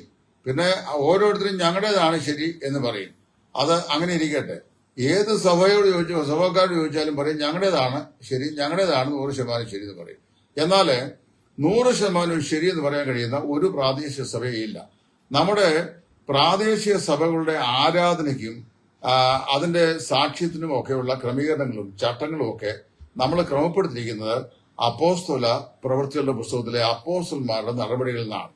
അപ്പോസ്തലന്മാർ ഏത് നിലയിലാണ് ദൈവത്തെ ആരാധിച്ചത് എന്നുള്ളതിന്റെ അടിസ്ഥാനത്തിൽ നമ്മൾ ചിട്ടപ്പെടുത്തിയെടുത്ത ഒരു ആരാധന സംവിധാനമുണ്ട്. ആ ആരാധന സംവിധാന പ്രകാരം നമ്മൾ ദൈവത്തെ ആരാധിച്ചു വരുന്നു. എന്നാൽ നമ്മളെന്ന് പറയുമ്പോൾ ബ്രദറുകാര് അല്ലെങ്കിൽ പെന്തക്കോസ്തുകാർ നമ്മൾ മാത്രമാണ് ഭൂമിയിൽ ദൈവത്തെ ആരാധിക്കുന്ന ഏക സത്യവിശ്വാസ കൂട്ടം എന്നുള്ള ക്ലെയിം അത് നീതിയുക്തമല്ല. കാരണം നമ്മെ പോലെയോ നാം അറിയാത്തവരായിട്ടുള്ള അനേക ചെറിയ കുറവുകൾ ലോകത്തിന്റെ വിവിധ ഭാഗങ്ങളായിട്ടുണ്ട്. ഇപ്പൊ എന്നോട് ചോദിച്ചു കഴിഞ്ഞാൽ ഞാൻ പറയും, ഇന്ന് ഭൂമിയിൽ ഉള്ളതില് ഏതാണ്ടൊക്കെ ദൈവവചനത്തോട് ഒരു പരിധിവരെ വിശ്വസ്തത പുലർത്തുന്ന ഉപദേശമുള്ള സഭയാണ് ഞാൻ നിൽക്കുന്ന വേർപാട് സഭ എന്ന് പറയും. ജീവിതത്തിന്റെ കാര്യത്തെക്കുറിച്ച് എന്നോട് ചോദിക്കരുത്, അത് ഓരോരുത്തരോടും എന്തെങ്കിലും ചോദിച്ചാൽ മതി. കാരണം സമൂഹത്തിലുള്ളവർക്കും ഒക്കെ നമ്മളെ കുറിച്ചൊക്കെ നന്നായിട്ട് അറിയാം. അതുകൊണ്ട് അതേക്കുറിച്ച് ഞാനിപ്പോൾ പ്രത്യേകിച്ചൊന്നും പറയാൻ ആഗ്രഹിക്കുന്നില്ല. അതുകൊണ്ട് തന്നെ ആയിരിക്കണം നമ്മുടെ ചില സഹോദരന്മാരും പറയുമ്പോൾ ഞങ്ങളെ നോക്കരുത്, കർത്താവായി യേശുവിനെ നോക്കി. അതിന് ബാക്കിയുണ്ടല്ലോ. കാര്യം പത്രോസിന്റെ ഈ പിറവിയിലെ മുടന്തനായ മനുഷ്യനെ ദേവാലയത്തിന്റെ വാതിൽക്കൽ സുന്ദര ഗോപുരം വാതിൽക്കൽ ഇരിക്കുമ്പോൾ വല്ലതും കടാക്ഷിക്കുമെന്ന് വെച്ച് അവരെ ചോദിച്ചപ്പോൾ ഞങ്ങളെ ഉറ്റുനോക്കൂ എന്ന് പറഞ്ഞു. അവരെ നോക്കി എന്നാ വായിക്കുന്നത്. അപ്പൊ അവരെ ഉറ്റുനോക്കിയിട്ട് വെള്ളിയും പൊന്നും ഞങ്ങൾക്കില്ല, ഞങ്ങൾക്കുള്ളത് നിനക്കെന്ന് പറഞ്ഞു. അപ്പൊ ആ കാലത്തെ വിശ്വാസികളും ഈ കാലത്തെ വിശ്വാസികളുമായിട്ടുള്ള അടിസ്ഥാനപരമായ അന്തരം എന്നാന്ന് ചോദിച്ചു കഴിഞ്ഞാൽ അന്നത് പത്രോസിനും യോഹന്നാനും ഒക്കെ ഞങ്ങളെ നോക്കൂ എന്ന് പറയാനുള്ള ആത്മധൈര്യം ഉണ്ടായിരുന്നു. കാരണം അവർ ക്രിസ്തുവിന്റെ അനുകാരികളായിരുന്നു. പൗലോസ് പറഞ്ഞു, ഞാൻ ക്രിസ്തുവിന്റെ അനുകാരിയായിരുന്നപോലെ നിങ്ങളും എന്റെ അനുകാരികൾ ആകുവിൻ എന്ന് പറഞ്ഞു. അപ്പൊ അവരും കർത്താവിനെ അനുകരിക്കുന്നവരായി, അവർക്ക് മാതൃകയായി നിൽക്കുന്നവരായിരുന്നു. അപ്പൊ ഇന്നത്തെ വിശ്വാസം ഞങ്ങളെ നോക്കരുത്, ഞങ്ങളെ നോക്കിയാൽ വില കുഴപ്പമൊക്കെ കാണും. അതുകൊണ്ട് നിങ്ങൾ ചെയ്യണം, വിശ്വാസ നായകനും പൂർത്തി വരുത്തനുമായ യേശു ക്രിസ്തുവിനെ നോക്കിക്കോണം എന്ന് പൊത്തുവരുത്തം പറഞ്ഞ് രക്ഷപ്പെടുന്ന ആളുകളാണ് ഇന്നത്തെ വിശ്വാസി. അല്ല, രക്ഷിക്കപ്പെട്ട വിശ്വാസികൾ ഞങ്ങളെ നോക്കൂ എന്ന് പറയാൻ കഴിയുന്ന മാതൃക ഉള്ളവർ ആയിട്ടാണ് ജീവിക്കേണ്ടത്. അപ്പോൾ വാസ്തവത്തില് പലരെയും നമ്മുടെ ജീവിതത്തിലൂടെ ക്രിസ്തുവിലേക്ക് ആദായപ്പെടുത്തുവാനായിട്ട് നമുക്ക് സാധിക്കും. അപ്പൊ ഞാൻ പറഞ്ഞു വരുന്നതിന്റെ സാരാംശം ഇത്രയേ ഉള്ളൂ. 100% ശരി എന്ന് പറയുന്ന ഒരു സഭയും ഇന്ന് ഭൂമിയിൽ ഇല്ല. അങ്ങനെയാണെങ്കിൽ ആ സഭ വളരെ പെർഫെക്റ്റ് ആണെന്ന് വരും. സഭയുടെ പെർഫെക്ഷൻ നമ്മുടെ ഈ സഭയുടെ എടുക്കപ്പെടലോട് മാത്രമേ സാധിക്കുള്ളൂ. അതുവരെ ബലഹീനതയുള്ള ശരീരത്തിൽ ജീവിച്ചുകൊണ്ടാണ് നമ്മൾ മുമ്പോട്ട് പോയിക്കൊണ്ടിരിക്കുന്നത്. അതുകൊണ്ട് ഏതാണ്ടൊക്കെ വചനത്തോട് കൂറു പുലർത്തുന്ന പുതിയ നിയമ സഭാ കൂടിവരവുകൾ എന്ന് വേണമെങ്കിൽ നമ്മുടെ സഭകളെ കുറിച്ച് പറയാം. ഇപ്പൊ നമ്മുടെ ഈ സഭകൾ തന്നെ വേർപാട് സഭകൾ തന്നെ ഉണ്ടായിട്ട് ഇപ്പൊ ഏകദേശം 1824 ഇത് ജന്മം കൊണ്ട് ചരിത്രത്തിൽ ബ്രദറൻ എന്ന പേരിൽ. അത് കഴിഞ്ഞ് 1924 ആയി കഴിഞ്ഞപ്പോൾ 100 വർഷമായി. ഇപ്പൊ ഏകദേശം 175-200 വർഷത്തോളം ആകുന്നു. 4ാമത്തെ 5ാമത്തെ തലമുറകളിലേക്ക് നമ്മൾ പ്രവേശിച്ചിരിക്കുകയാണ്. ഒരു പക്ഷെങ്കിൽ 100% ഈ പറയപ്പെടുന്ന നമ്മുടെ അവകാശവാദം കണ്ടു മടുത്ത യുവാക്കന്മാരായിരിക്കാം റിഡീമർ, എക്സോഡസ് മുതലായ പുതിയ കൂടിവരവുകളിലേക്ക് ഇപ്പം ധാരാളമായി ചേക്കേറുന്നുണ്ട്. ഗൾഫ് രാജ്യങ്ങൾ, പ്രത്യേകിച്ച് UAE-യിലൊക്കെയുള്ള നമ്മുടെ പല സഹോദരന്മാരുടെയും പല സഭാ മൂപ്പന്മാരുടെയും ശുശ്രൂഷകരുടെയും ഒക്കെ മക്കൾ റിഡീമർ ചർച്ചിലും എക്സോഡസ് ചർച്ചിലും ഒക്കെയാണ് പോകുന്നത്. എന്റെ അറിവ് ശരിയാണെങ്കിൽ ഇവിടെ തിരുവല്ലയില്, കോട്ടയത്ത്, അതുപോലെ തന്നെ പിന്നെ എറണാകുളം ബേസ് ചെയ്തൊക്കെ റിഡീമറുകാരും എക്സോഡസുകാരും ഒക്കെ വളരെ ശക്തമായി ഫ്ലറിഷ് ചെയ്യുന്നു എന്ന് കേൾക്കുന്നു. കഴിഞ്ഞ ദിവസം ഞാൻ റിഡീമറുകാരുടെ ഒരു വിവാഹ ശുശ്രൂഷയ്ക്കും സംബന്ധിച്ചായിരുന്നു പാലായിൽ വെച്ചു. അപ്പൊ അത് വളരെ പെട്ടെന്ന് വളർന്നുപിടിക്കുന്ന സഭകളാണ്. ഇതിന് കൂടാതെ പാലിലായിട്ട് ഭക്ത സിംഗ് ഗ്രൂപ്പുകാരുടെ ചർച്ച അംഗീകായി വരുന്നുണ്ട്. പിന്നെ അതുകൂടാതെ നമ്മുടെ പ്രശസ്തമായ ഇദ്ദേഹത്തിന്റെ ചർച്ചുണ്ട് ബാംഗ്ലൂരിലെ സാക്പുന്നന്റെ പേരിലുള്ള ചർച്ചസും ഇപ്പോൾ കുറെ കൂടെ മെച്ചമായ നിലയിൽ വളർന്ന് പ്രബലപ്പെട്ട് വരുന്നുണ്ട്. അതുകൊണ്ട് ഇവിടെ എന്നോട് ഇപ്പോൾ ഒരാള് നിങ്ങൾ ഏത് സഭയുടെ അംഗത്വമാണ് ഞങ്ങൾ സ്വീകരിക്കേണ്ടതെന്ന് ഒരാൾ ചോദിച്ചു കഴിഞ്ഞാൽ ഞാൻ 100% ഒരാളോട് കംവിത്തസ് എന്ന് പറയാറില്ല. അത് പറയാതെ ക്ഷമിക്കണം. അങ്ങനെ പറയണമെന്നാണ് എന്റെ ആഗ്രഹം. പക്ഷെ അങ്ങനെ പറയാൻ കഴിയാത്ത നിലയിലുള്ള ചില സംവിധാനങ്ങൾ നമ്മുടെ സഭാ പ്രസ്ഥാനങ്ങളുണ്ട്. അത് സത്യമാണ്.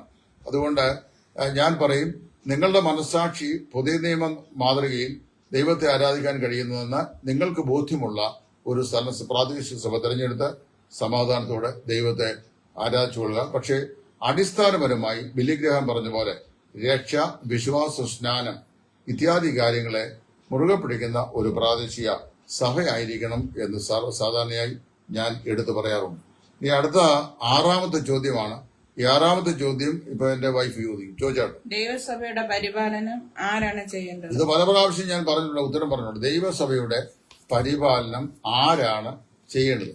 വളരെ വ്യക്തമായി ദൈവത്തിന്റെ വചനം പറയുന്നു, ദൈവത്തിന്റെ പരിശുദ്ധാത്മാവ് അധ്യക്ഷന്മാരാക്കി വെച്ച മൂപ്പന്മാർ, അവരാണ് ദൈവസഭയെ പരിപാലിക്കേണ്ടത്. ഭരിക്കുകയല്ല. ഇന്ന് ദൈവസഭയെ ഭരിക്കുന്ന മൂപ്പന്മാരാണുള്ളത്. അതുകൊണ്ടാണ് മിക്ക സഭകളിലും അങ്കുലീപരിമിതമായ എണ്ണമായി ആളുകൾ സഭകൾ ആയിക്കൊണ്ടിരിക്കുന്നു. സമീപകാലത്ത് ഒരു സ്റ്റാറ്റിക്സ് ഞങ്ങളുടെ ചില സഹോദരന്മാരെടുക്കുകയുണ്ടായി. ഇത് സത്യസന്ധമായ കാര്യമാണ്. ഈ സത്യസന്ധമായ കാര്യം പറയുമ്പോൾ അല്പം ഒരു ബുദ്ധിമുട്ട് കേൾക്കുന്ന ബ്രദറൻ ഇസം വിശ്വസിക്കുന്ന തീവ്രവാദ സ്വഭാവമുള്ള സഹോദരന്മാർക്കുണ്ടാകാം. അപ്പൊ അവർ പറയും, ഞാൻ ഇരുന്നുകൊണ്ട് തന്നെ ഞാൻ ഇരിക്കുന്ന പ്രസ്ഥാനത്തിന്റെ കൊമ്പ് മുറിക്കുകയാണ് എന്നൊക്കെയുള്ള ആരോപണങ്ങളായി വരും. ഞാൻ കൊമ്പ് മുറിക്കാനും വരുന്നില്ല, കോടാലിയും കൊണ്ടും വരുന്നില്ല. നിങ്ങളെ ഉള്ള കാര്യം ഞാൻ പറയുകയാണ്. മിക്കവാറും സഭകളിലെ ഇപ്പോൾ ഉള്ളതല്ല 60 വയസ്സിന് മേലുള്ള യുവാക്കന്മാരാണ്. യുവതി യുവാക്കന്മാരെന്ന് പറയാൻ അതായത് OMVFകാരാണ് ഇപ്പോൾ ഉള്ളത്. എല്ലാം 60 എബോവ് ഉള്ള ആൾക്കാരാണ്. അപ്പൊ 60 എബോവ്, അത് ഞാൻ പറയുമ്പോൾ ഞാൻ തന്നെ പറയാറുണ്ട്, I am 65. അപ്പോൾ ഞങ്ങളുടെ ഇവിടെ ഞാനാണ് ഏറ്റവും പ്രായം കുറഞ്ഞ ആള്. അപ്പൊ അതിന് മേളിലാണ് യങ്സ്റ്റേഴ്സ് എല്ലാം ഇവിടുന്ന് യൂറോപ്യൻ രാജ്യങ്ങളിലേക്കും England, Ireland, Scotland, Great Britain, New Zealand, Australia, Canada, America ഐക്യനാടുകളിൽ ഇപ്പോൾ ജർമ്മനിയിലേക്കും ഒഴുകിക്കൊണ്ടിരിക്കുകയാണ്. അപ്പൊ ഇവിടെ ആരും അങ്ങനെ ഇല്ല. അങ്ങനെ വരുമ്പോൾ അനധി വിദൂര ഭാവിയിൽ അധികം കാലവളം താമസം കൂടാതെ നമ്മുടെ മിക്ക സഭാ ഹോളുകളും അടയുകയും ആളുകൾ അവിടെ ആരാധിക്കാൻ ഇല്ലാതെ വരികയും ഹോളുകളിൽ ഉള്ളതിനേക്കാൾ കൂടുതൽ ശ്മശാന ഭൂമിയിൽ നിദ്ര കൊള്ളുന്നവരുടെ എണ്ണം വർദ്ധിക്കുകയും ചെയ്യും എന്നുള്ളത് പച്ചയായ ഒരു പരമാർത്ഥമാണ്. പുതുതായി രക്ഷിക്കപ്പെട്ടു വരുന്നവരുടെ ആളുകളുടെ എണ്ണം എവിടെയും ഇല്ല എന്ന് തന്നെ പറയാം. വടക്കൻ മേഖലകളിൽ, അതായത് മലബാറിന്റെ പ്രദേശങ്ങളിലോ തിരുവിതാംകൂറിന്റെ തെക്കൻ ഭാഗങ്ങളായ തിരുവനന്തപുരം തെക്കൻ ഭാഗങ്ങളോ വടക്കേനിലോ ഒക്കെ ഉണ്ടോ എന്നെനിക്കറിയാൻ വയ്യ. സെൻട്രൽ ട്രാവൻകൂറിൽ പുതുതായി രക്ഷിക്കപ്പെട്ട് മുമ്പോട്ട് സഭയോട് ചേർക്കപ്പെടുന്ന ആളുകൾ വളരെ വിരളമാണ്. പഴയ ആളുകൾ തന്നെ അവരുടെ കുറ്റിയിൽ പൊട്ടി പുറപ്പെട്ട് അവർ തന്നെ മുമ്പോട്ട് വന്ന് അവർക്കുള്ള പാരമ്പര്യം, അവരുടെ തലമുറകളുടെ എണ്ണം, അവരുടെ പിതാക്കന്മാരുടെ പാരമ്പര്യം എന്ന നിലയിൽ അവര് ഇങ്ങനെ സഭകളൊക്കെ കൈക്കലാക്കി ഒരുവിധം ഭരിച്ച് മുമ്പോട്ട് പോകുന്ന സംവിധാനമാണുള്ളത്. പരിപാലനം ദൈവത്തിന്റെ പരിശുദ്ധാത്മാവ് അധ്യക്ഷന്മാരാക്കി വെച്ച മൂപ്പന്മാരാലാണ് സ്ഥാപിക്കപ്പെടുന്നത്. ഇനി ആ പരിപാലനത്തിന്റെ മാർഗരേഖ തിമോത്തിയോസിന്റെ 1-ാം ലേഖനം 3-ാം അധ്യായത്തിന്റെ 1 മുതൽ 7 വരെയുള്ള വാക്യങ്ങളിലും തീത്തോസിന്റെ ലേഖനം 1-ാം അധ്യായത്തിന്റെ 1 മുതൽ 6 വരെയുള്ള വാക്യങ്ങളിലും വ്യക്തമായി അപ്പോസ്തലൻ ഡ്രോ ചെയ്തിട്ടുണ്ട്. ഈ പറയപ്പെട്ട വേദഭാഗങ്ങളിലെ ക്വാളിറ്റികളുള്ള ആളുകൾ പരിശുദ്ധാത്മാവിനാൽ നിയോഗിതരായവരും അവര് ദൈവത്തിന്റെ പരിശുദ്ധാത്മാവിന്റെ ആലോചനയ്ക്ക് വിധേയപ്പെട്ട ചട്ടപ്രകാരം, അതായത് ദൈവവചനപ്രകാരം സഭയെ പരിപാലനം ചെയ്യുകയും വേണം. അല്ലാതെയുള്ള ഏത് സംവിധാനങ്ങളും വചനവിരുദ്ധമാണ്. ഇപ്പോൾ തിമോത്തിയോസ് അപ്പോസ്തലനായ പൗലോസും പറഞ്ഞിട്ടുണ്ട്, ഒരുവൻ പോർ പൊരുതിയാലും ചട്ടപ്രകാരം പോരാടുന്നില്ല എങ്കിൽ കിരീടം പ്രാപിക്കുകയില്ല. അപ്പൊ ചട്ടപ്രകാരം എന്ന് പറഞ്ഞു കഴിഞ്ഞാൽ ഇന്നത്തെ പല ആരാധന യോഗങ്ങളും ദൈവവചന ചട്ടപ്രകാരം അല്ല നടക്കുന്നതെന്നുള്ളത് നിസ്തർക്കം നമുക്ക് പറയാൻ കഴിയുന്ന കാര്യമാണ്. ആത്മീയ പ്രവർത്തനങ്ങൾ പലതും ചട്ടപ്രകാരമല്ല നടക്കുന്നത്. സഹോദരന്മാരോട് വളരെ വിഷമകരമായ നിലയിൽ സംസാരിക്കുകയും ഇടപെടുകയും അവരെ ഇൽട്രീറ്റ് ചെയ്യുന്ന ശേഷം യാതൊരു കുറ്റബോധവുമില്ലാതെ ഒരു പരിഹാരവും വരുത്താതെ ആരാധന അർപ്പിക്കുന്നെങ്കിൽ അത് ചട്ടപ്രകാരമുള്ള ആരാധനയല്ല. അപ്പൊ ഇന്നത്തെ അനേക പ്രവർത്തനങ്ങൾ, ആത്മീയ പ്രവർത്തനങ്ങളും ചട്ടപ്രകാരമല്ല ചെയ്യുന്നത്. അതെല്ലാം കമ്മിറ്റികളുടെ ആലോചന പ്രകാരം സ്വന്തം ഇഷ്ടപ്രകാരമാണ് ചെയ്യുന്നത്. അതുകൊണ്ട് ആരാധന യോഗങ്ങളും ആത്മീയ പ്രവർത്തനങ്ങളും പരസ്പരം സഹോദരന്മാരുടെ റിലേഷൻഷിപ്പും ഒക്കെ ചട്ടപ്രകാരമല്ലാതെ മുമ്പോട്ട് പോകുന്നെങ്കിൽ വാസ്തവത്തിൽ അതിനെ ദൈവവചനപ്രകാരമുള്ള ഒരു പരിപാലനം എന്ന് പറയാനായിട്ട് സാധിക്കത്തില്ല. പരിശുദ്ധാത്മാവ് അധ്യക്ഷന്മാരാക്കി വെച്ച മൂപ്പന്മാർക്ക് പരിശുദ്ധാത്മാവ് നിർദ്ദേശിക്കുന്ന ആത്മീയ യോഗ്യതകൾ ഉണ്ടായിരിക്കുമെന്ന് പൂർണ്ണമായി ഞാൻ വിശ്വസിക്കുന്നു.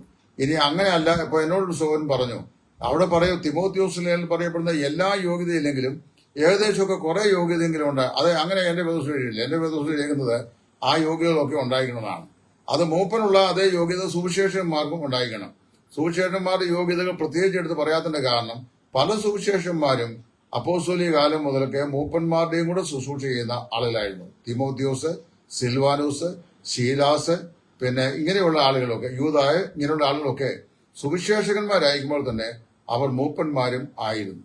എന്നാൽ ഇവിടെ സുവിശേഷന്മാരെ വേറൊരുവിധ തരംതാണ ഗണമായി മധ്യതിരുവിതാംകൂറിലെ സഭകൾ സ്വീകരിച്ചിട്ട് ബാക്കിയുള്ളവരെല്ലാം കൂടെ കൂട്ടമായി ഭരിക്കുന്ന സ്ഥിതി വന്നിരിക്കുന്നത് കൊണ്ട് ഇവിടെ പരിപാലനം എന്ന വാക്കിന് വേദപുസ്തകം പറയുന്ന ആശയവും നിലവിലുള്ള വ്യവസ്ഥിതിയുമായിട്ട് പരസ്പരം പൊരുത്തപ്പെടാനായിട്ട് സാധിക്കുന്നില്ല എന്നൊരു ദുഃഖം ഈ സമയത്ത് ഞാൻ പ്രത്യേകം ഓർപ്പിക്കുന്നു. അടുത്ത ചോദ്യം, ഇന്ന് രാവിലെ എന്നോട് പാലക്കാട്ടിൽ നിന്ന് ഒരു സഹോദരൻ ടെലിഫോണിൽ വിളിച്ചു ചോദിച്ച ചോദ്യം ഇന്ന് രാവിലെ ചോദിച്ചതാണ്. വായിച്ചാട്ട് 7ാമത്തെ ചോദ്യം. ഡാനിയേൽ 12 നിത്യലജ്ജയ്ക്കായും നിത്യജീവനായും ഉയർത്ത് എഴുന്നേൽക്കുന്ന ഒരു 2 കൂട്ടരെ പറ്റി പറയുന്നുണ്ട്. ആരാണ് അവർ? ദാനിയേൽ പ്രവാചന പുസ്തകം 12-ാം അധ്യായത്തിന്റെ 1 മുതൽ 3 വരെയുള്ള വാക്കുകളിൽ ചിലർ നിത്യജീവനായും ചിലർ നിത്യ ലജ്ജയ്ക്കായും പുനരുത്ഥാനം ചെയ്യും എന്ന് ദാനിയേലിനോട് ദൈവം പറയുന്ന വാക്യം. അപ്പൊ അതേ സംബന്ധിച്ച് അവിടെ പ്രദേശങ്ങളിലൊക്കെ ചെന്ന ചില ആളുകൾ പറയുകയും കൊടുത്ത വ്യാഖ്യാനവും അനുസരിച്ച് രക്ഷിക്കപ്പെട്ടവരായി പുനരുത്ഥാനം ചെയ്യുന്ന വിശ്വാസികൾ തന്നെ ചിലർ നിത്യമായ ലജ്ജയ്ക്കായി ഉയർത്തെഴുന്നേൽക്കുമെന്നും ചിലർ നിത്യ ജീവനായി ഉയർത്തെഴുന്നേൽക്കുമെന്നും ഒക്കെ ഉള്ള ഒരു പഠിപ്പിക്കലുണ്ട് എന്ന് പറഞ്ഞു. അവിടുത്തെ ആശയം അതല്ല. അവിടെ പറയുന്ന ആശയം സിദ്ധന്മാരുടെയും ദുഷ്ടന്മാരുടെയും പുനരുത്ഥാനത്തെ കുറിച്ചാണ്. ദാനിയേല് ഈ യഹൂദന്മാർക്ക് വരാൻ പോകുന്ന അവരുടെ ഭാവിയിലെ കാര്യപരിപാടികളെ സംബന്ധിച്ച് ദൈവത്തോട് ആലോചന ചോദിക്കുമ്പോൾ ബാബേലിലായിരുന്നല്ലോ ദാനിയേൽ ഉണ്ടായിരുന്നത്. ആ 70 സംവത്സരത്തെ പ്രവാസത്തെ സംബന്ധിച്ചും പ്രവാസാനന്തരം ഇസ്രായേലിന് സംഭവിക്കാനുള്ള ദൈവിക കാര്യപരിപാടിയുടെ പഞ്ചാംഗമെല്ലാം ദൈവം ദാനിയേലിന് വെളിപ്പെടുത്തി. ദാനിയേൽ പറഞ്ഞു, നീയോ ദാനിയേലേ പോയിക്കൊള്ളുക, കാലാവസാനത്തോളം വിശ്രമിച്ചുകൊള്ളുക, കാലാവസാനത്തിൽ നീ നിന്റെ ഓഹരി പ്രാപിപ്പാൻ എഴുന്നേറ്റ് വരും. എന്നാൽ ബുദ്ധിമാന്മാർ ആകാശമണ്ഡലത്തിന്റെ പ്രഭ പോലെയും പലരെയും നീതിയിലേക്ക് നടന്നവർ നക്ഷത്രങ്ങളെ പോലെയും എന്നും എന്നും ശോഭിക്കും എന്ന് പറഞ്ഞു വരുമ്പോഴത്താണ് പറയുന്നത്, ചിലർ നിത്യജീവനായും ചിലർ നിത്യ ലജ്ജയ്ക്കായും പുനരുദ്ധാനം ചെയ്യപ്പെടുന്നു പറയുന്നത്. കർത്താവായ യേശുവിനെ രക്ഷിതാവും കർത്താവുമായി സ്വീകരിക്കാത്തവരും പാപത്തിൽ ജീവിക്കുന്നവരും പാപത്തിൽ മരിക്കുന്നവരുമായ ആളുകൾ നിത്യലജ്ജയ്ക്കായി അല്ലെങ്കിൽ നിത്യശിക്ഷാവിധിക്കായി ഒരു പുനരുദ്ധാനം ചെയ്യും.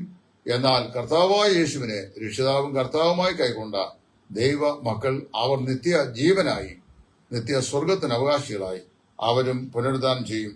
ദുഷ്ടന്മാരുടെയും നീതിമാന്മാരുടെയും പുനരുദ്ധാനം ഉണ്ടാകും എന്ന് ഉള്ള ആ അടിസ്ഥാന ഉപദേശം, പുനരുദ്ധാനത്തിന്റെ അടിസ്ഥാന ഉപദേശമാണ് ദാനിയേല് അവിടെ പ്രഖ്യാപിക്കുന്നത്. അഗ്രിപ്പാ രാജാവിനോട് അപ്പോസ്തലനായ പൗലോസ് പ്രതിപാദിക്കുമ്പോൾ, മഹാരാജാവേ, സിദ്ധന്മാരുടെ പുനരുദ്ധാനം ഉണ്ടാകുമെന്ന് നീ വിശ്വസിക്കുന്നുവോ? വിശ്വസിക്കുന്നു എന്ന് ഞാൻ അറിയുന്നു എന്ന് പൗലോസ് അപ്പോസ്തലൻ ഡിഫെൻഡ് ചെയ്യുന്നതായിട്ട് നമ്മൾ വായിക്കുന്നു. ദൈവം സിദ്ധന്മാരുടെയും ദുഷ്ടന്മാരുടെയും പുനരുദ്ധാനത്തെക്കുറിച്ച് വേദപുസ്തകത്തിൽ പറഞ്ഞിട്ടുണ്ട്. ഇനി ലാസ്റ്റ് ചോദ്യം കൂടെ പറഞ്ഞിട്ട് ഇന്നത്തെ ചോദ്യോത്തര പങ്ക്തി ഇവിടെ അവസാനിപ്പിക്കുകയാണ്. 8ാമത്തെ ചോദ്യം, ഇന്നത്തെ വേർപാട് സഭകളുടെ ഭാവിയെ സംബന്ധിച്ച് ഏത് നിലയിൽ വിലയിരുത്താൻ കഴിയും? ഈ കാലത്തെ വേർപാട് സഭകളുടെ ഭാവിയെ സംബന്ധിച്ച് ഏത് നിലയിലാണ് വിലയിരുത്താനായിട്ട് സാധിക്കുക? വേർപാട് സഭകൾ എന്ന് പറയുമ്പോൾ ബ്രദറൻ സഭ എന്ന് മാത്രം ഞാൻ ഉദ്ദേശിക്കുന്നില്ല, ബ്രദറൻ പെന്തക്കോസ്ത് സഭാ വിഭാഗങ്ങളെയാണ് പൊതുവായി ഈ വേർപാട് സഭകൾ എന്ന വാക്കുകൊണ്ട് വിശാലമായുള്ള അർത്ഥത്തിൽ നമ്മൾ മനസ്സിലാക്കുന്നത്. അതിന്റെ ഭാവിയെ സംബന്ധിച്ച് എങ്ങനെയുണ്ടെന്ന് ചോദിച്ചാൽ, ഭാവി പറയാനായിട്ട് ഞാൻ ഭാവി പ്രവാചകനൊന്നും അല്ല.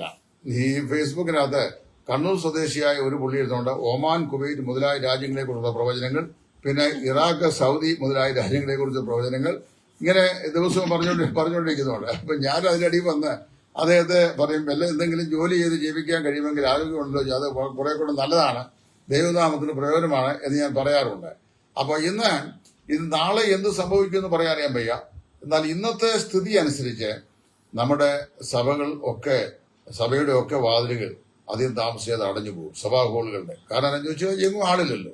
ആളില്ലാത്ത സ്ഥിതി, ഉള്ളത് തന്നെ നിൽക്കാൻ കഴിയാത്ത സാഹചര്യത്തിലാണ്. പല സ്ഥലങ്ങളിലും ടെൻഷൻ, മാനസികമായ സമ്മർദ്ദമൊക്കെ വളരെ വലുതാണ്. പല ആളുകളും ഞരക്കത്തോടെ എന്നോട് സംസാരിക്കാറുണ്ട്. ഇന്നലെ ഒരു സഹോദരി എന്നെ വിളിച്ച് കുറെ ഏറെ നേരം സംസാരിച്ചു. അപ്പൊ പല സ്ഥലങ്ങളിലും പല ആളുകൾക്കും അവരാഗ്രഹിക്കുന്നുള്ള ആത്മീയ സന്തോഷമില്ല. എന്നോടാൾ പറഞ്ഞു, ആരാധനയ്ക്കെന്ന് പറഞ്ഞു പോകുന്നു, അവിടെ എന്താണ് പറയുന്നത്, എന്താണ് കേൾക്കുന്നത്, എന്താണ് പ്രാപിക്കുന്നത് ഒന്നും അറിയാൻ വയ്യ, പോകുന്നു, വെറുതെ വരുന്നു എന്ന് പറഞ്ഞു. വളരെ ദുഃഖകരമായി പറഞ്ഞ അനുഭവമാണ്. അപ്പൊ ഈ സ്ഥിതി മുമ്പോട്ട് പോയാൽ അധികം കാലതാമസം കൂടാതെ മിക്കവാറും ഉള്ളതൊക്കെ തീരും. പിന്നെ ദൈവത്തിന്റെ ഒരു പദ്ധതിയുണ്ട്, ഞാൻ പറയാം. ദൈവം സഭാചരിത്രത്തിൽ ഉണ്ടാക്കിയോ രൂപപ്പെടുത്തിയിട്ടുള്ള പഠന സഭയെ, പെന്തക്കോസ്ത് സഭയെ മാത്രമല്ല, ഓരോ കാലഘട്ടത്തിൽ ഓരോരോ പ്രത്യേക പ്രകാശം ലഭിച്ച സഭാ വിഭാഗങ്ങൾ സഭാചരിത്രത്തിൽ ധാരാളം ഉണ്ടായിട്ടുണ്ട്. അപ്പോസ്തോലിക കാലത്ത് അപ്പോസ്തലന്മാര് അതാൽ സ്ഥാപിതമായ സഭകളുണ്ടായി. ഏതാണ്ട് 1 നൂറ്റാണ്ടോളം ആ സഭകൾ ഭൂമിയിൽ നിലനിന്നു. സഭാപിതാക്കന്മാരുടെ കാലം വന്നു കഴിഞ്ഞപ്പോൾ അല്പസ്വല്പ വ്യതിയാനങ്ങളോടുകൂടെ ആ സഭകൾ പിന്തുടർന്നു. AD 3-ാം നൂറ്റാണ്ട് വരെ തുടർന്നു. 3-ാം നൂറ്റാണ്ടിന് ശേഷം പ്രൊട്ടസ്റ്റന്റ്, കാതോലിക്ക എന്ന് പറയുന്ന 2 വിഭാഗങ്ങളായിട്ട് ഈ സഭ പിളർക്കപ്പെട്ടു. അതിനുശേഷം പ്രൊട്ടസ്റ്റന്റ് ഒരു ഭാഗത്ത് നിന്നും പ്രൊട്ടസ്റ്റന്റ് സ്വഭാവങ്ങളിൽപ്പെട്ടതാണ് Orthodox, Syrian Jacobite, Marthoma, Anglican, Methodist, Lutheran, evangelicals, പിന്നെ ഇങ്ങനെ തുടങ്ങുന്ന CSI, CNI, ബ്രദറൻ, പെന്തക്കോസ്റ്റ്, ഇതെല്ലാം ഈ പറയപ്പെട്ട പ്രൊട്ടസ്റ്റന്റ് വിഭാഗങ്ങളാണ്. പ്രൊട്ടസ്റ്റന്റ് വിഭാഗങ്ങളിലെ സുവിശേഷ വിഹിത സഭകളാണ് മാർത്തോമയ, CSI, ബ്രദറൻ, പെന്തക്കോസ്റ്റ്, ബാപ്റ്റിസ്റ്റ് സഭകൾ. ഈ സഭകളുടെ ഒക്കെ കാലഘട്ടത്തില് ഈ AD 4-ാം നൂറ്റാണ്ട് മുതൽ 15-ാം നൂറ്റാണ്ടിനും 17 നൂറ്റാണ്ടിലുള്ള കാലഘട്ടങ്ങളില് വേറെ ഒരുപാട് സഭാ വിഭാഗങ്ങൾ ഈ ചരിത്രത്തിൽ ഉണ്ടായിട്ടുണ്ട്. വാൾഡൻസസുകള്, എസേനുകള്, അതുപോലെ തന്നെ പ്യൂരിറ്റനുകള്, ഇവരൊക്കെ ഒരു കാലഘട്ടത്തിൽ ബ്രിട്ടീഷ് സാമ്രാജ്യത്തെ മുഴുവൻ ഉടച്ചുവാരി അനേക ആളുകൾ കർത്താവായ യേശു ക്രിസ്തുവിനെ രക്ഷിതാവും കർത്താവുമായി സ്വീകരിപ്പാനും തികഞ്ഞ വിശ്വാസ ജീവിതത്തിന്റെ വിശുദ്ധി സൂക്ഷിക്കണമെന്ന് ലോകത്തോട് ഉറക്കെ പ്രഖ്യാപിച്ച ഒരു സ്വഭാവമായിരുന്നു പ്യൂരിറ്റൻസ് എന്ന് പറയുന്ന സ്വഭാവം. ഇന്നത് വളരെ വിരളിലെണ്ണാനുള്ളതായിട്ട് ഒരുപക്ഷെ യൂറോപ്യൻ മേഖല ഉണ്ടാവാം എന്ന് ഞാൻ കരുതുന്നു. വാൾഡൻസസ് ഒക്കെ എക്സ്റ്റിങ്ക്ട് ആയിപ്പോയി. എസേനികൾ അവരെ എക്സ്റ്റിങ്ക്ട് ആയിപ്പോയി. മറ്റൊരുപാട് വിഭാഗങ്ങൾ ഉണ്ടായിട്ടുണ്ട്. അവരെല്ലാം സഭാചരിത്രത്തിൽ എക്സ്റ്റിങ്ക്ട് ആയി. അവരിൽ ഒരു ഫാമിലി പോലും ഇന്ന് ഭൂമിയിൽ അവശേഷിക്കുന്നില്ല. മഹാകവി KV സൈമൺ സാറിന്റെ തൊട്ടുമുമ്പ് മലയാളക്കരയിലെ വമ്പിച്ച ഉണർവിന് ചുക്കാൻ പിടിച്ച യൂസൂസ് യൂസ് എന്ന് പറയുന്ന വിദ്വാൻ കുട്ടി അച്ഛൻ രൂപം കൊടുത്ത ഈ ഒരു മനോഹരമായ പ്രസ്ഥാനം ഉണ്ടായിരുന്നു. ആ പ്രസ്ഥാനം ഇന്ന് യുയോ മതം എന്ന പേരിൽ അധപ്പതിച്ചു. അപ്പൊ ആ യുയോ മതത്തിൽ 400 ചില്ലുവാൻ ആളുകൾ മാത്രമേ ഇന്ന് കേരളത്തിലുള്ളൂ, വേറെ എങ്ങുമില്ല. അങ്ങനെ ഒരു സഭയും ഭൂമിയിൽ എങ്ങും വേറെ ഇല്ല. അതിന്റെ അംഗങ്ങൾ 400 മറ്റോ ഉണ്ട്. അവർക്ക് ഈ വിദ്വാൻ കുട്ടി അച്ഛന് കിട്ടിയ പ്രകാശമോ ഉപദേശ സത്യങ്ങളോ ഒന്നും വാസ്തുവിൽ അറിയാനും വയ്യ. അങ്ങനെയാണ് കഴിഞ്ഞ കാലങ്ങളിൽ ഞാൻ അതേക്കുറിച്ചൊരു സമഗ്രമായ അന്വേഷണവും നടത്തിയിരുന്നു. അപ്പൊ വാസ്തവത്തില് ഏത് കാലഘട്ടത്തിലും ചില ആളുകൾക്ക് ദൈവം വചനത്തിന്റെ പ്രത്യേകമായ ചില പ്രകാശനം അനുവദിക്കുകയും അവർ മുഖാന്തരമായ ചില പുതിയ കൂടുതൽ ഉണ്ടാവുകയും ആ കൂടിവരവുകൾ ദൈവത്തോടും ദൈവത്തോടും എത്രത്തോളം വിശ്വസ്ത പുലർത്തും അത്രത്തോളം അത് ഫ്ലറിഷ് ചെയ്യും. ദൈവം എന്ന് അത് അകന്ന് പിന്മാറി കഴിയുമ്പോൾ ദൈവം ആ പ്രസ്ഥാനത്തെ ഉപേക്ഷിക്കുകയും പിന്നീട് അതിന്റെ ചവർ പോലെ ആയിത്തീരുകയും പുതിയ പ്രകാശം ലഭിച്ച കൂടിവരവുകൾ ചരിത്രത്തിൽ ഉളവായി വരികയും ചെയ്യുന്നു. അപ്പൊ അങ്ങനെ വരുമ്പോൾ ഏതാണ്ട് 200 വർഷക്കാലം ഈ ഭൂമിയിൽ ദൈവപ്രകാശം ലഭിച്ചവരായി സുവിശേഷത്തിന്റെ വക്താക്കളായി നിന്ന ബ്രദറുകാരും കൃപാവര വരദാനങ്ങളുടെ മൊത്ത ചില്ലറ വ്യാപാരക്കാരായി അറിയപ്പെട്ട പെന്തക്കോസ്ത് വിഭാഗങ്ങളും എല്ലാം വാസ്തവത്തിൽ ഇപ്പോൾ വേൾഡ്നെസ് ലോകമൈത്വത്തിൽ ചമർന്നിട്ട് ആ ദൈവശക്തി ത്യജിച്ച് കേവലം ഓർഗനൈസേഷൻസ് ആയിട്ട് മാറി. ചിലതൊക്കെ ക്ലബ് രൂപത്തിലൊക്കെ ആയി കഴിഞ്ഞു. അങ്ങനെ വരുമ്പോഴാണ് ഇവിടെ റിഡീമർ, എക്സോഡസ്, പിന്നെ ഈ പറയപ്പെട്ട ഭക്ത് സിംഗ്, പിന്നെ ഈ ബാംഗ്ലൂരിലുള്ള നമ്മുടെ പുള്ളിക്കാരന്റെ കൂടിവരവ് ഇങ്ങനെ ഇതൊക്കെ ഈ ചരിത്രത്തിൽ ഉണ്ടായി വരുന്നത്. അതൊക്കെ ദൈവത്തിന്റെ പദ്ധതിയാണ്. എന്നാൽ നമ്മൾ ഭാവിയെ സംബന്ധിച്ച് പറഞ്ഞു കഴിഞ്ഞാൽ ഒരു വസ്തുത തുറന്നു പറയേണ്ടതായിട്ടിരിക്കുന്നു. ഇവിടെ ഈ അടുത്ത കാലത്ത് ABC ന്യൂസുകാര് അവർ ചെയ്തൊരു അവലോകനം എന്നെ വളരെ ചിന്തിപ്പിച്ചു. കേരളത്തിലെ ക്രൈസ്തവ സമൂഹത്തെക്കുറിച്ചായിരുന്നു അവരുടെ അവലോകനം. ഒരു 5-8 മാസം മുമ്പ് ABC ന്യൂസിൽ ഞാൻ കേട്ടതാണ്. നിങ്ങൾ എല്ലാവരും കേട്ട് കാണും, നിങ്ങൾ എല്ലാവരും പലരും കേട്ട് കാണും ചിന്തിക്കുന്നു. അവര് കേരളത്തിലെ ക്രൈസ്തവരെ സംബന്ധിച്ചൊരു സ്റ്റഡി നടത്തി. അവർ പറയുകയാണ് ഏതാണ്ട് AD 2040-45 വരുമ്പോൾ, ഇതിപ്പോ 25 ഒരു 20 വർഷം കഴിയുമ്പോൾ ഇവിടുത്തെ ക്രിസ്ത്യാനിറ്റിയിലെ ആളുകളുടെ എണ്ണം തുലവും 1000 അല്ലെങ്കിൽ 1000+ ആയി കുറഞ്ഞു പോകും. അതിന് അവർ പറയുന്ന കാരണം ഇന്ന് കേരളത്തിലുള്ള വിദ്യാസമ്പന്നരായ യുവാക്കന്മാരാരും കേരളത്തിൽ ഇല്ല, ക്രിസ്ത്യൻസിന്റെ ഇടയിൽ ഇല്ല. 16 വയസ്സ് കഴിഞ്ഞാൽ +2 കഴിഞ്ഞ് 18 കഴിഞ്ഞാൽ അവരെന്തെങ്കിലും സാങ്കേതികമായ പഠനങ്ങൾ കഴിഞ്ഞിട്ട് ആമ്പിള്ളാരും ബാക്കിയുള്ള പെൺകുട്ടികൾ നേഴ്സിംഗോ മറ്റേതെങ്കിലും പാരാമെഡിക്കൽ കോഴ്സസോ പഠിച്ചിട്ട് അവരും ജീവനാർത്ഥം രാജ്യം വിട്ട് മറ്റനേക രാജ്യങ്ങളിൽ കുടിയേറി അവർ പോകുന്നു. അപ്പൊ യങ്ങർ ജനറേഷൻ ഇവിടെ ഇല്ല. പിന്നെ ഉള്ളത് ബാബേൽ രാജാവായ നെബൂഖദ്നേസർ വന്ന് യെരുശലേമിനെ പിടിച്ചുകൊണ്ട് പോയി കഴിഞ്ഞപ്പോൾ പ്രവാസത്തെ തെറ്റിയൊഴിഞ്ഞ നെബൂഖദ്നേസറിനും വേണ്ടാത്ത പോലെ പോയ കുറെ പേരുണ്ടായിരുന്നു യെരുശലേമില്. അതായത് ബാബേൽ രാജാവായ നെബൂഖദ്നേസറിനും നെബൂസർ അദ്ദേഹത്തിന്റെ കമാൻഡർ ഇൻ ചീഫായിരുന്ന നെബൂസർ അതാനും വേണ്ടാത്ത കുറെ പേരെ ഇവിടെ വരുന്ന അവരെ കുറിച്ച് വരുന്ന പ്രവാസം തെറ്റി ഒഴിഞ്ഞ ആളുകളായി യെരുശലേമിൽ പാർത്ത ആളുകൾ എന്നാണ് പറയുന്നത്. അവര് നെബൂഖദ്നേസർ കൊണ്ടുപോയില്ല, ഇവിടെ നാളെല്ലാ കളി പോലെ ആകുകയും ചെയ്തു. അങ്ങനെ കഴിഞ്ഞവരാണ്. അവരെ കുറിച്ചാണ് ശൂഷൻ രാജധാനിയിൽ ഇവിടെ രാജാവിന് മുമ്പാകെ നിൽക്കുമ്പം നല്ല ഈ സലാഡ് കുക്കുമ്പോൾ പോലുള്ള നീണ്ട മുഖവുമായി നെഹമ്യാവ് നിൽക്കുമ്പോൾ നിന്റെ മുഖം ഇങ്ങനെ നീണ്ടിരിക്കുന്നത് എന്തെന്ന് രാജാവ് ചോദിച്ചത് വിഷാദമല്ലാതെ മറ്റൊന്ന് പറയുമ്പോൾ അപ്പൊ എന്റെ പിതാക്കന്മാരുടെ ശവകുടീരങ്ങളുള്ള പട്ടണം തീ വെച്ചും ചുട്ടും നശിപ്പിച്ചു വിരിക്കുക എനിക്ക് എങ്ങനെ സന്തോഷമുണ്ടാകുമെന്ന് അദ്ദേഹം ചോദിക്കുകയും പിന്നീട് മതിൽ പണിയാൻ വേണ്ടി അവിടുന്ന് രാജാവ് പറഞ്ഞു പിടിപ്പിച്ചത് ഈ പറഞ്ഞു പോയ നാമാവിശേഷമായി തീർന്ന ആർക്കും വേണ്ടാത്ത ഈ കൂട്ടർക്ക് വേണ്ടിയായിരുന്നു. അപ്പൊ പറഞ്ഞെന്നാ ചോദിച്ചു കഴിഞ്ഞാൽ അങ്ങനെ വരുമ്പോൾ ABC ന്യൂസുകാർ പറയുകയാണ് ഇപ്പോൾ നാട്ടിലുള്ള ആളുകളുള്ളത് 60+ അത് 60 മേലോട്ടുള്ള ആൾക്കാരാണ്.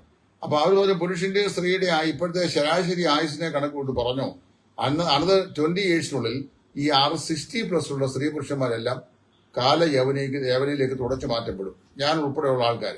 അങ്ങനെ പോയി കഴിയുമ്പോൾ അപ്പൊ ഇങ്ങനെ ഇരുന്നുകൊണ്ട് പറഞ്ഞ് നിങ്ങൾക്കൊക്കെ ബുദ്ധിമുട്ടുണ്ടാക്കുന്ന എന്നെയും കുറെ കഴിയുമ്പോൾ കാണുകയില്ല. അറിയോ ഇയാളെ ജിംറീസ് പറഞ്ഞ ഐൽ ഫ്ലൈ അവേ എന്ന് പറഞ്ഞ് ഞാനും പോവും. അപ്പൊ അങ്ങനെ വരുമ്പോൾ പിന്നെ യങ്സ്റ്റേഴ്സ് എല്ലാം അങ്ങോട്ട് കുടിയേറി പോവുകയും പിന്നെ ഈ 60+ ആയ ആൾക്കാർ മരിച്ചു മാറ്റപ്പെടുകയും പുതിയ ആളുകൾ സഭയിലേക്ക് ചേർക്കപ്പെടാതിരിക്കുകയും ചെയ്തുകൊണ്ട് Christianity will almost extinct in 20 to 25 years of span എന്നാണ് പറഞ്ഞു. അങ്ങനെ വരുമ്പോൾ ഇവിടെ കഷ്ടിച്ച് 10,000, 1,000, 2,000 ക്രിസ്ത്യാനികളെ കാണുള്ളൂ. ശരിയായിരിക്കാം. അങ്ങനെ വന്നാൽ ഈ സഭകളൊന്നും ഇപ്പോൾ കാണുകയില്ല. നമ്മളിപ്പോൾ കാണുന്ന മഹായോഗങ്ങളും പിന്നെ വലിയ സംഘടനാ പ്രവർത്തനങ്ങളും ഒക്കെ ഇനി അധികം കാലം മുമ്പോട്ട് നീങ്ങത്തില്ല. പക്ഷേ നീങ്ങണം, എന്ത് ചെയ്യണം? പുതിയ അഡീഷൻസ് ഉണ്ടാകണം, പുതിയ ആത്മാക്കൾ രക്ഷിക്കപ്പെടണം. ആത്മാക്കൾ രക്ഷിക്കപ്പെട്ട് സഭയോട് ചേർന്ന്. അത് നമ്മുടെ ഇവിടുത്തെ ലക്ഷങ്ങൾ മുടക്കുന്ന കൺവെൻഷൻ കൊണ്ട് ഒരു പൂഞ്ഞാൻ പോലും രക്ഷിക്കപ്പെട്ട് നമ്മുടെ പ്രാദേശിക സഭകളോട് ചേരുന്നില്ല എന്നുള്ളതാണ് പച്ച പരമാർത്ഥം. അത് കോട്ടയത്തും കൊട്ടാരക്കരയും കുമ്പനാട്ടും കല്ലിശ്ശേരിയിലും പിന്നെ തിരുവനന്തപുരത്തും ഇവിടെ എങ്ങും ഒരാത്മാവ് പോലും ഈ കൺവെൻഷൻ നടത്തുന്നതിന്റെ പേരിൽ രക്ഷിക്കപ്പെട്ട് സഭയോട് ചേർക്കപ്പെടുന്നില്ല. പിന്നെ അതുകൊണ്ട് ആ നിലയിൽ ഒരു പ്രകടനം ഉണ്ടാകും. പിന്നെ വിശ്വാസം ഒരു സംഗമം എന്ന നിലയിൽ അത് നടക്കുന്നു എന്ന് മാത്രമേ ഉള്ളൂ. അപ്പൊ അതുകൊണ്ട് നമ്മുടെ സഭയുടെ ഭാവിയെ സംബന്ധിച്ച് ഏറെ ഉത്കണ്ഠ എനിക്കുമുണ്ട്.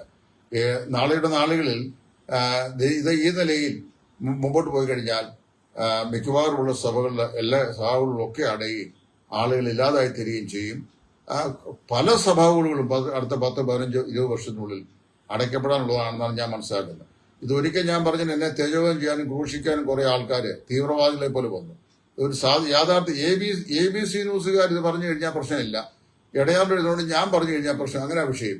ഇതുപോലെയായിരുന്നു ഈ വിഭാഗം മൂലം പുനർവിഭാഗ വിഷയത്തെക്കുറിച്ച്. അത് കർത്താവായ യേശു ക്രിസ്തുവും പൗലോസും പറഞ്ഞാൽ കുഴപ്പമില്ല, അവർ രണ്ടുപേരും ഇപ്പൊ ഭൂമിയില്ലല്ലോ. അതുകൊണ്ട് പിന്നെ അത് എടുത്തു പറയുന്നത് എന്നെ എങ്ങനെയെങ്കിലും ഇല്ലാതാക്കാനായിട്ട് ശ്രമിക്കുന്നു. അപ്പൊ എന്ന് പറഞ്ഞ പോലെ ഞാൻ സത്യം പറഞ്ഞത് മാത്രമേ ഉള്ളൂ. അപ്പൊ ഇന്നത്തെ വീഡിയോ ഞാൻ ഇവിടെ ക്ലോസ് ചെയ്യാൻ പോവുകയാണ്. 8 ചോദ്യങ്ങൾ, ഞാൻ അതിന്റെ ഉത്തരങ്ങൾ എനിക്ക് അറിയാവുന്ന നിലയിൽ ഞാൻ ദൈവവചനാടിസ്ഥാനത്തിൽ നിങ്ങളുടെ മുമ്പാകെ അവതരിപ്പിച്ചിരിക്കുന്നു. നിങ്ങൾ ഇത് കേൾക്കുക, മനസ്സിലാക്കുക, ഗ്രഹിക്കുക, ദൈവഭയമുള്ളവരായി തീരുക, കർത്താവിന്റെ സാക്ഷ്യത്തിനായി നമ്മളെ തന്നെ ജീവിതത്തിൽ സമർപ്പിക്കുക. കഴിയുമെങ്കിൽ നമ്മുടെ ജീവിതം കൊണ്ട് ചിലരെയെങ്കിലും കർത്താവിനായിട്ട് ആദായപ്പെടുത്തുവാൻ ഈ നിലയിലുള്ള ചോദ്യോത്തര പങ്ക്തിയിലെ നിങ്ങൾക്ക് ഞാൻ വിളമ്പിയ ഈ ആത്മീയ ആശയങ്ങൾ കൊണ്ടും മറ്റും ദൈവം ഇടയാക്കട്ടെ. ഒരു ആത്മീയ നവോത്ഥാനത്തിന്, ഒരു മടങ്ങിവരവിന്, ഇവിടെ പ്രവാചകൻ പറഞ്ഞ പോലെ നിന്റെ ജനം നിന്നിൽ ആനന്ദിക്കേണ്ടതിന് നീ ഞങ്ങളെ വീണ്ടും ജീവിപ്പിക്കില്ലോ ചോദിച്ച പോലെ ഒരു ദൈവത്തിന്റെ പുനർസന്ദർശനം നമ്മുടെ സമൂഹത്തിൽ ഉണ്ടാകേണ്ടതിന് ദൈവം ഇടയാക്കട്ടെ എന്ന് ആത്മാർത്ഥമായി പ്രാർത്ഥിച്ചുകൊണ്ട് എന്നെ ശ്രദ്ധിച്ച നിങ്ങൾക്ക് എല്ലാവർക്കും നന്ദി കർത്താവായ യേശു ക്രിസ്തു നാമത്തിൽ പ്രകാശിപ്പിച്ചുകൊണ്ട് ഞാൻ തൽക്കാലം ഇതിവിടെ നിർത്തുന്നു. ദൈവം എല്ലാവരെയും അനുഗ്രഹിക്കട്ടെ. കർത്താവിന്റെ കൃപ നിങ്ങളോട് എല്ലാവരോടും കൂടെ ഉണ്ടായിരിക്കുമാറാകട്ടെ.